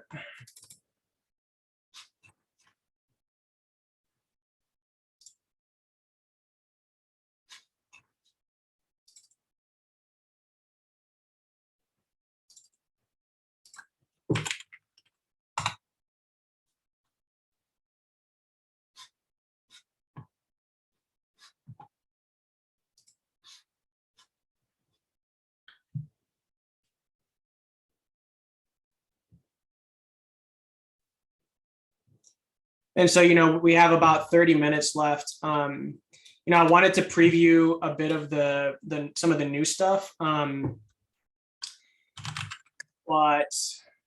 I think since we're definitely going to be doing a second part, you know, we'll talk about that. And we'll be able to kind of get a way more in depth now that we kind of got all the basic stuff more or less out of the way. You know, you guys will have the recording. We'll be able to go back through and sort of look at some of those workflows. You know, again, the demo files will help. I've put out a few tutorial videos as well that will help kind of get that, you know, get familiar with the tool. But at the end of the day, the most of the sort of experimentation is going to take place on your end, right? Like you have to sort of tune the settings to work in the way that you want them to. What I love about the path following stuff is that it gives you the capability to sort of guide them. We didn't even talk about the mesh crawl. There's a mesh crawl behavior where you can crawl the agents along a mesh.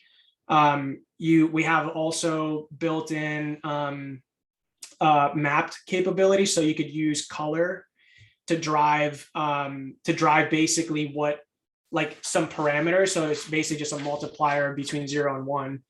So on whether you want to tune out certain behaviors based on the agent's position on a mesh, you could do that with mesh colorations and things like that. And that's a huge kind of tuning mechanism as well, where you can use color to tune where behavior happens and where it doesn't happen.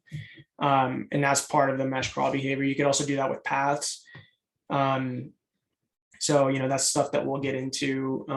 We certainly won't have time to get into it today. This is still trying to import. There it goes. Let's see what this guy looks like. Oof.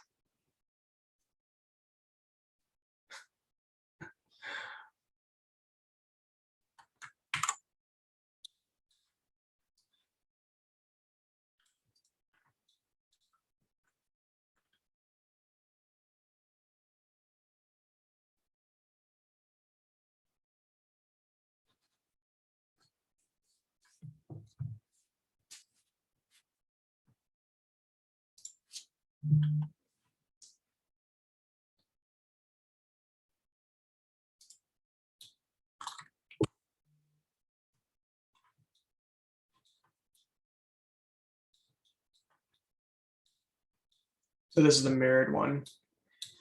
So it has a sort of like, a bit of the combination of the pipe version with this kind of middle, a bit more smoother kind of voxelized version. So, just a couple of different outputs to kind of play with.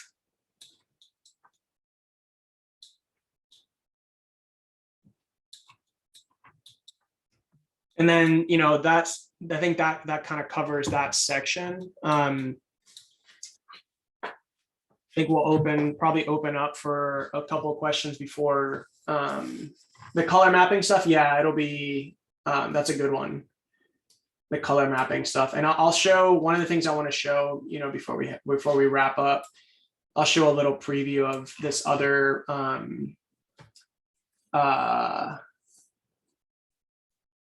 process for creating geometry. One second, I'm going to open this up.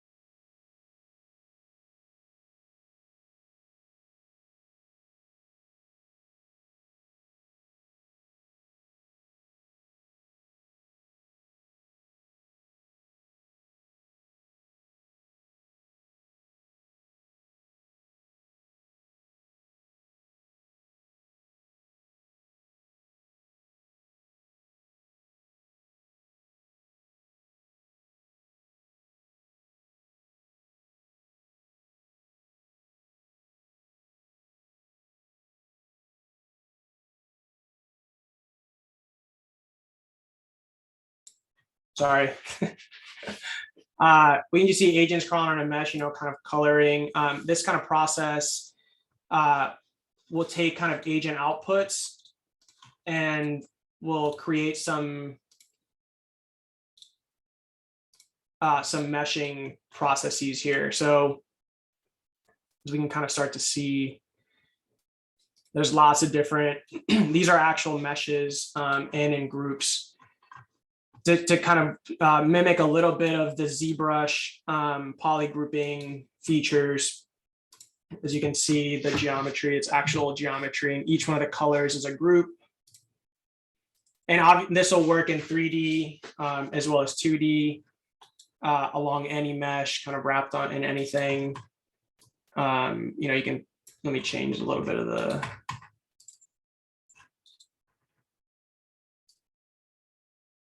So this is now they're fixed, right? But I'm tuning a little bit of the kind of grouping based on the colors.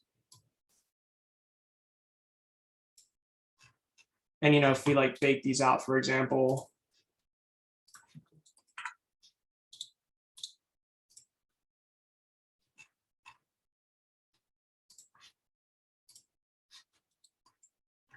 Oops. Bake this on the wrong group.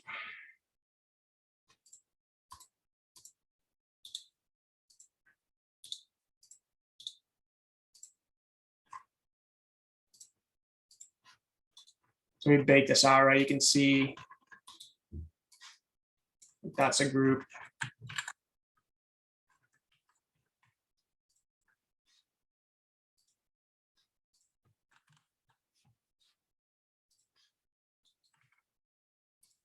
So these are all geometry pieces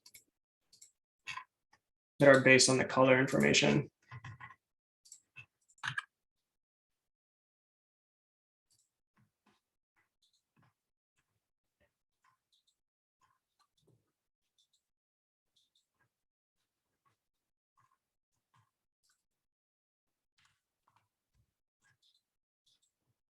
But this can obviously run on a simulation as well. And the nice thing is too, we can tune it based on paths instead of just the position. So like in this case, right, we can see, we look at what the coloration looks like. Right, it's based on the positions, obviously pretty low res, but we start to get some really interesting effects here. So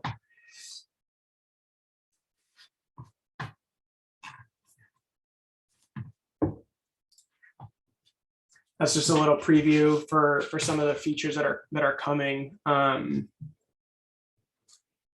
yeah, I mean, I think we can probably pause here and you know, kind of open up for a couple of questions. Michael, if you want to chime in as well. Those tutorials, yeah, they're on my the tutorials are on the website. They're on my website. They're on the Grasshopper forum in the Culebra page. They're on the Vimeo as well. So a lot of stuff that's out there. Yeah, they're there. Thank you for whoever linked that.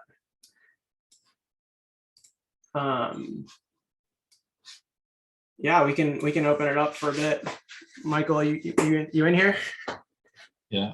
Does anyone have any questions that they want to ask?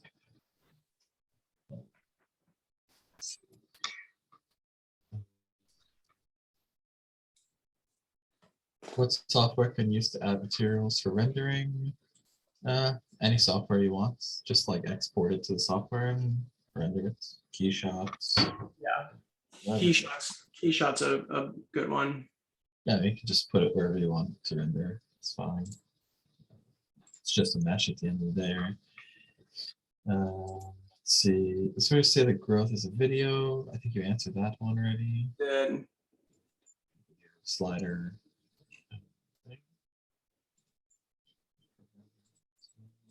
Can we have this behavior wrapped around a 3D geometry? Which behavior specifically? You could do, excuse me, any of them with the mesh mapping component.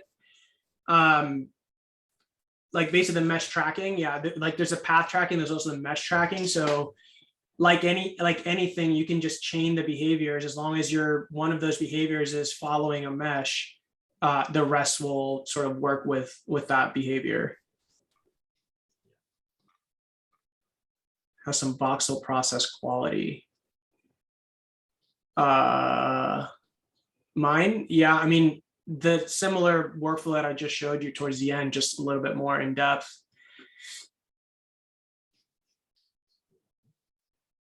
That was for Gary who asked that.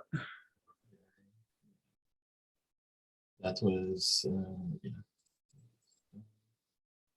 Where can we play with the trail color? Did you answer that one already? You're scratching your head trying to think of a way of slinging a mesh around those paths to generate a form using GH rather than ZBrush. You can, I mean, if you really feel like it, you can use Dendro, but this kind of mesh stuff is pretty slow in Grasshopper, but if you're Yeah. if you I mean, really feel inclined to yeah. just I mean, like it's a marching cube stuff, obviously, but like what you saw, like what happened in ZBrush in 25 seconds, not even, would take significantly longer anywhere else.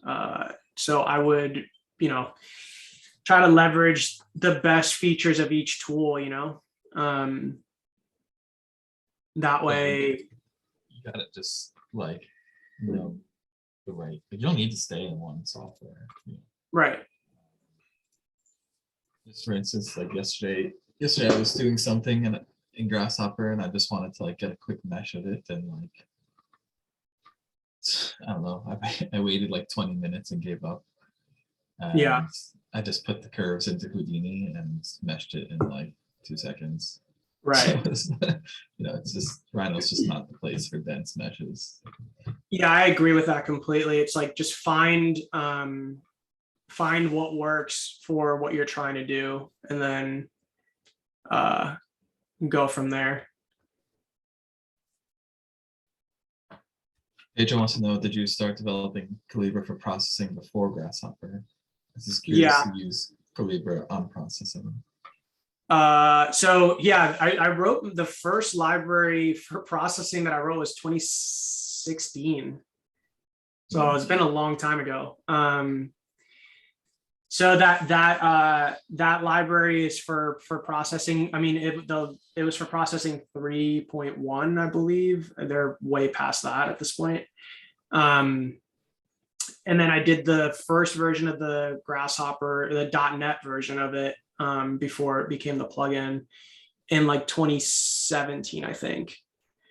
You're like racing motorcycles during the day and yeah, so I pop in every like 5 years, and then I disappear again. To update, yeah, like major updates. I mean, a lot of the, I know like some of you OG users that have been using this for a while remember from the beginning, but I'm sure, obviously there's a lot of new faces, a lot of new tools, a lot of new community students. So, I kind of felt like, okay, maybe it's time to like pop back in and update some stuff. And a lot of people had issues with the gradient trails. So I was like, okay, let's just update this for Rhino 7. And then I was like, okay, might as well just update some other stuff too and make some new stuff. And yeah, that's kind of how it goes for me. When did Gary wants to know, when did you start learning programming, and how long have you been coding? 2007, I think. Yeah. Sometime around there. My like Ezio Blazzetti, Roland Snooks, like all those guys, those were my first teachers. So that was back in the, this was early in the days of this kind of like development of these kind of tools. So it's been a while for sure. And I've sort of switched industries a few times. So yeah, I guess yeah, I mean, to answer your question, it's been a while. Yeah. I'm wondering if Culebra is a generative design tool. Yes. So. What? Like, I'm wondering if Culebra is a generative design tool. I mean, yeah, I guess it's all. Yeah, I think it depends loosely on the definition. But yeah, I mean, I think so. You can generate a lot of things with it.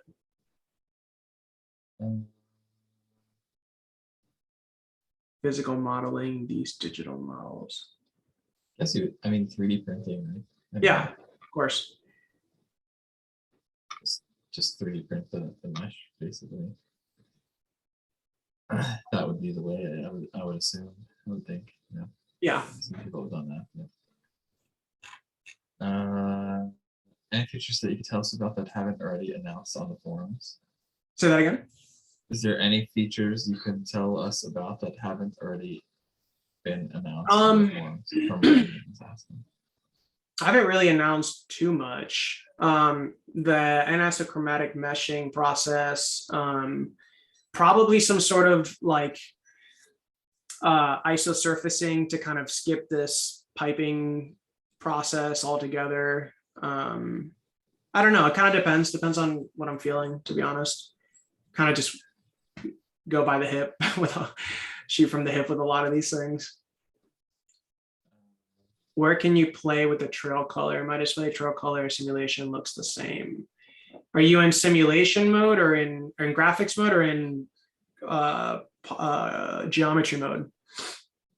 If you're in graphics mode, you play with it in the gradient trails where the three intervals for RGB that I showed in the video, you just slide the sliders around and it should change the color. Why would you advise any designer to learn color? I mean, it's like emergent systems. I mean, this is kind of like how things are working in nature, you know. So, and that can be used to solve quite a lot of like goal-oriented stuff too. So, yeah, I mean, I wouldn't, to be honest, if it's something they wanted to learn, and they needed to work with these kind of complex behaviors in a relatively intuitive way, then I would say, yeah, do that. It isn't like, I don't really understand the question. I assume if you're here, you want to learn it, right? So yeah, I'm not sure how to answer that. Out of curiosity, how can you use code to drive design process and have you used in any projects? Drive the design process. I mean, I think again, it depends on what the goals that you're trying to do are. You know, if you're looking to experiment with some kind of emergence theory, trying to generate some really articulate sort of path generating algorithms, those are all things.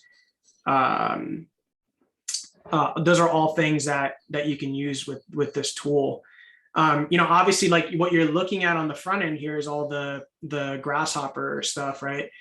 But if you have coding experience or you're comfortable programming your own tools, you know, you could use the .NET library or even the Java library if you're on another platform, and you know, sort of use those behaviors and come up with your own sort of interpretations of those, how those behaviors can blend. Because you know, for me, it's all about the whole goal is this sort of like behavior blending model, right? Where you're able to tune or sort of like grade between behavior types and get unique looking, you know, kind of outputs.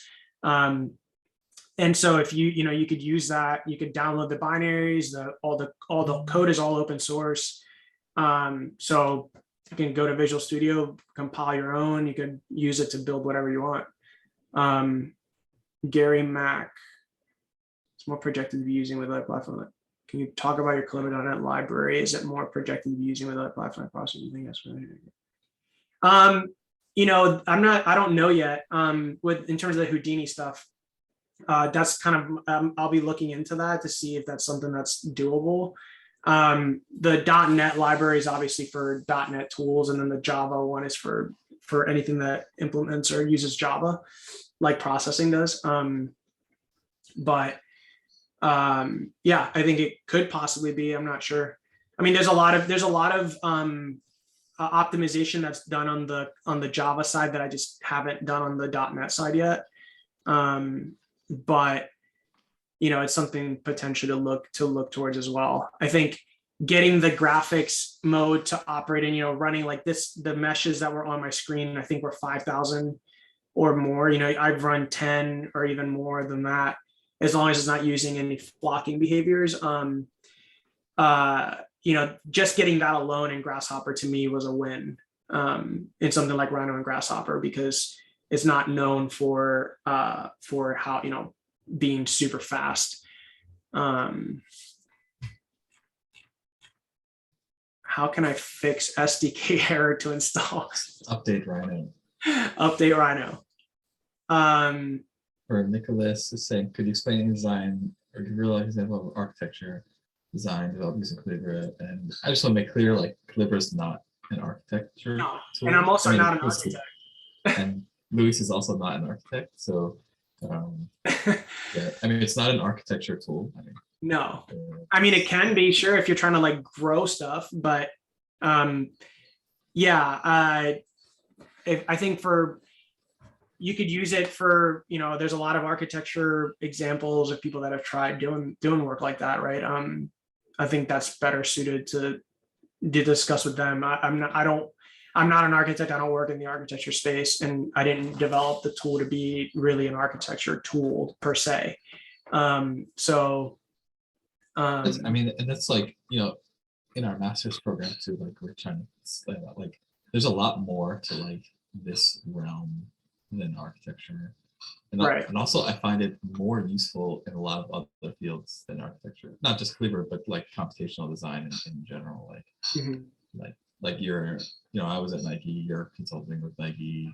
You know, like, I personally feel like product design is like a really Sure. like the coolest, best place like where computational design is useful. Sure. That's just my opinion, or at least it's the most fun there. You know. Of course. Yeah, the constraints are very different. The scale that you're working in is very different. So for me, I agree with that completely. I think at the end, again, you got to think of it. It's a tool to allow you to, you know, I made it so that other people could use it to do things they wanted to do with these complex systems, right? In a way that's tunable to the extent that something like this can be tunable, right? And so like it's kind of pretty open for whatever you want, at whatever scale you're working in, whatever ideas you have.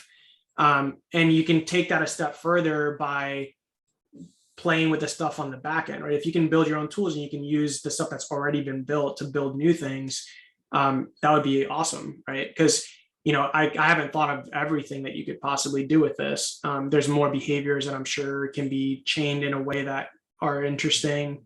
You know, obviously it's a big world, so. Yeah, and you know, none of these plugins are, or even Rhino, like it's not an architecture specific software like Revit, for instance. You know, like, right. You know, you're not gonna go make a car in Revit. You know, like it's for architecture. Like, right. A lot of these tools, especially Rhino, and it's not specifically for one type of thing. Agree. And that's why, you know, like a lot of people are like, I see sometimes people are saying like, why can't Rhino have BIM in it? Well, because they're not an architecture company. Yeah, but also Rhino's not an architecture company, right? So it's like, if you do that, you're only catering to one part of like a larger, in like ecosystem, yeah. So many industries. And I think I'm pretty sure Rhino started for like marine industry, like yeah, boats. So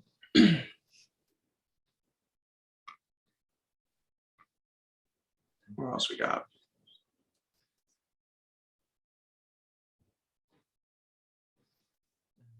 So you use Synergize. What other software do you use that synergizes Culebra workflow?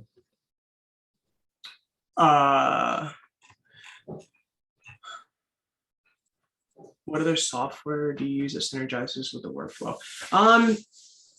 I think it depends. I use Maya a lot. Maya's kind of was my workhorse for like a decade at least. So, you know, like Maya, I like doing a lot of things in Maya. But generally speaking, I think like short of building kind of meshing protocols in Grasshopper and Rhino, which again will be exponentially slower than something like ZBrush, I think ZBrush has a great synergy with sort of like what you can do with the outputs. And if you're trying to, you know, aesthetically go with something like what we just looked at. But I think generally speaking, Maya, and obviously Houdini is a question mark in terms of like what I could do with what I've already have built on the .NET side. But if it's just a matter of what's that? You can use Python there. Yeah, so there'll be some rebuilding that would have to happen for that, but I am really curious about that. That's probably the next stage of exploration. So it doesn't have like C. It's just Python and Vex. Do you know if anybody's ever systematically compiled a graphic library based on Craig Reynolds Boyd research? Like this and this parameter will result in this 2D pattern. I used to found a website that does that for the reaction diffusion algorithm. I don't think so.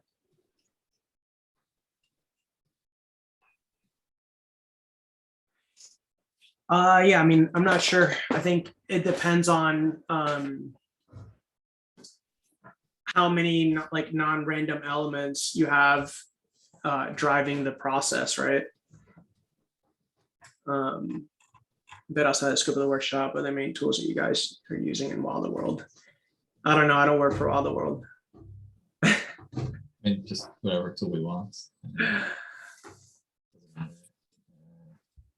Mostly for me, mostly Houdini and Unreal Engine.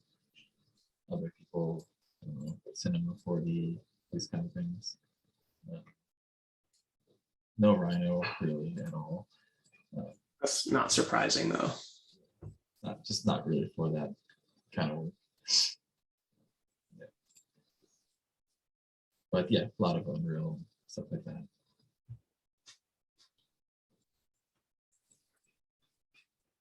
When's the next session going to happen? If it is in case, just follow Instagram and yeah, you'll know. Yeah, I'd like to do a file because I mean we barely got into the meat of things. So yeah, like Michael said, just kind of follow the page and we'll keep you guys notified. Here, go to for a website. Tools like the ones you have your processing section. I don't understand that question.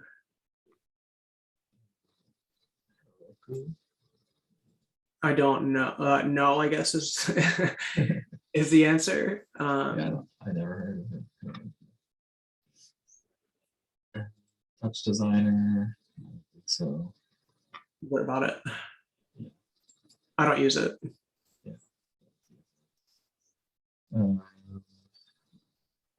Yeah, I think I'm not sure about that one.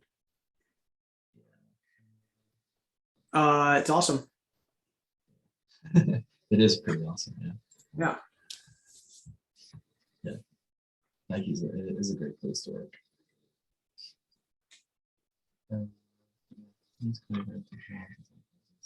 Use it in new projects. I think you can check out. Projects like what kind of projects? Like this in and of itself is a project. Yeah. Like this was the project. I mean, listen, like at the end of the day, they're just tools. Just do what you want with them. You know, like if you can use them for something, use them. You know, like these tools aren't specific, so you just have to. If they solve a problem for you, or you can do something with them that you need to do, then do them. You know, like it's really up to you as a designer.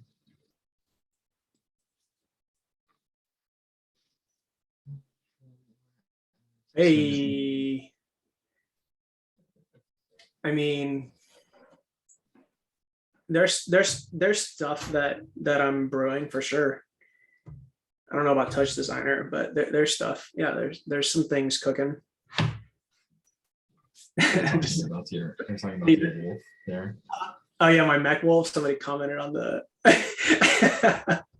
that was because I gave Luis like a bit of FOMO, and he I mean, it worked out.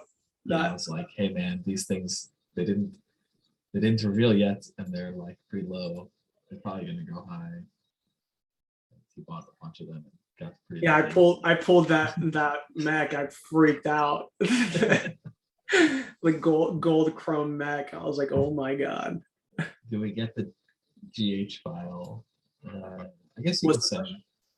Dude, they were asking for the Grasshopper file. we can. I don't know if you want to save the one you have open at whatever state it's at, and just Sure. That would be the where we're currently at, I guess. Yeah, just save it as it is. Sure. It's a good thing I didn't close it. Yeah. Awesome. Yeah, that works. See the worm, we answered that one. Do usually line multi-path tracking work with flocking? I think we answered that one already. Transfer into something 3D. That's what we did in ZBrush. I see the You worm. answered a lot of the rest of these questions. Yeah, I think so too. And they'll be answered eventually. So. I think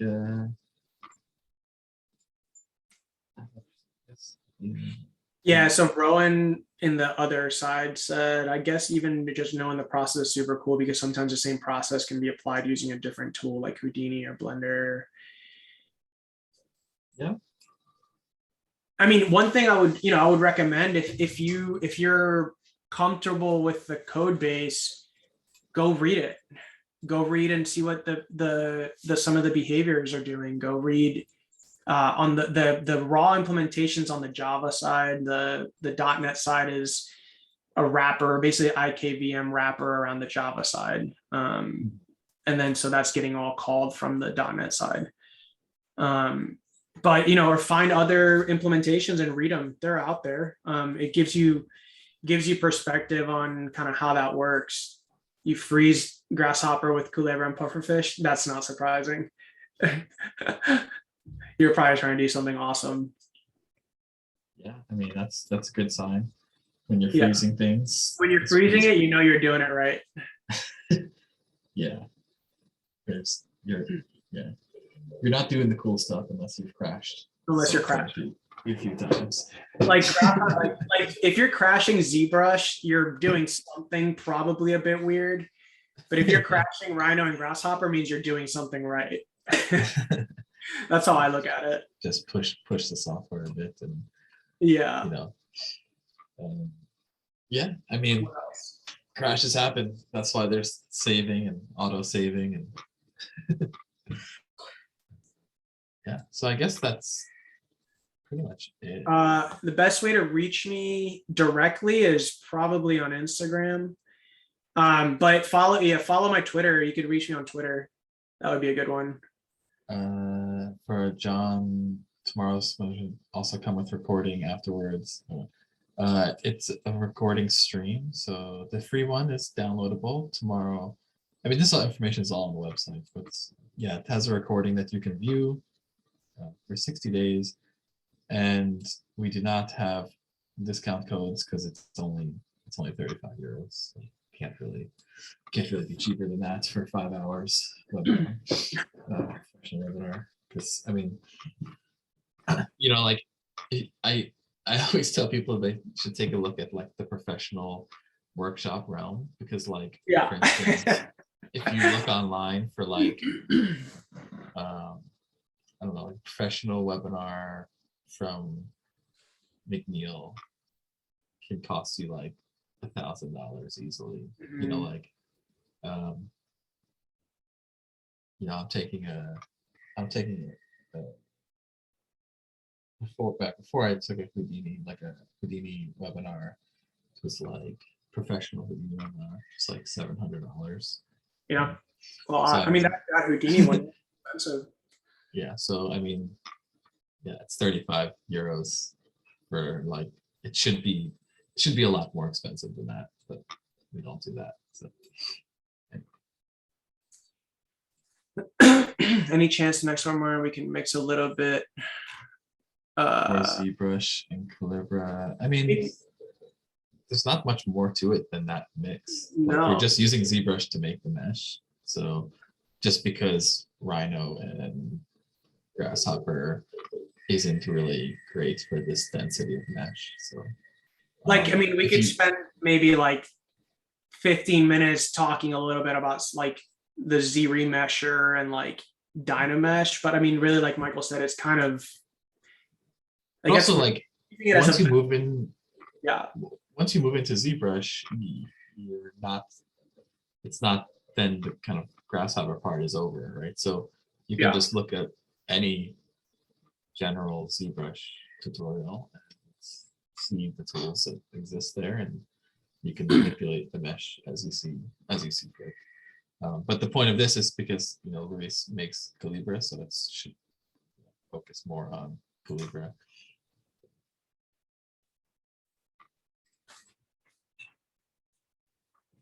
Best way to reach Luis? So Probably, you could right? Instagram Exonic on Instagram, and then Twitter. My Twitter is also Exonic, so twitter.com/Exonic. I'll just drop it in here. I dropped it. I did it a few times. Yeah. I put your personal one too. If you want to see you racing and fighting. In the Twitter too. Yeah, I hope you guys enjoyed it. Sorry we didn't get to cover as much as I thought. Sneaks up quick the time, but we'll get a second one. We'll explore some of the mapping behaviors with the mesh crawling, then the multiple path interactions. There's a ton of stuff. We like literally barely touched much. So hopefully this gives you guys something to like. For the new users, it gives you like a sort of intro, and you can start playing with it, research a little bit about how to use it. And you can go to my GitHub, use some of my GitHub codes. Yeah, my GitHub's on my website too. But yeah, so I mean, obviously we'll get into a bit more of the faster paced stuff, and I keep forgetting it's recorded, so that kind of helps. Gary's asking why many design working workshops and courses from the past disappeared. Many of them sound interesting. That's because like we're in the now, not in the past, and the past becomes outdated, and we are always sticking to like the future and new all the time. So we're not a subscription service. We're not a past service where we do live webinars, mainly because we really like doing it. Prices stay low. It's not cheap to keep past stuff, servers and all that stuff. But also it's just not something worth necessarily maintaining, because things just get outdated and we just keep going new and new and new. So just stay up to date, and you'll just keep learning new and new and new.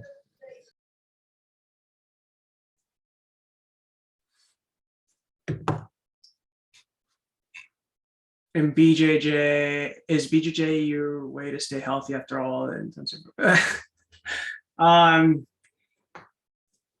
I mean, I don't know. I just love combat sports. It's kind of the main jits. But yeah, I mean, I'm involved in a lot of sports. I feel like I always have a knack for that kind of stuff. So it's kind of the duality. If you look at my two Instagrams, it's like two different people almost. But Pedro, I love the Space Invader. Well, let's call an end to that. And yeah, thanks so much, Luis, for your time. And thank you everyone for joining. And we'll send a recording afterwards with the part 2. And recording afterwards with the email when it's on processing. And we'll also announce prizes from our stories. Yeah. And until next time, everyone. And thank you, Luis. Thanks, guys. See ya.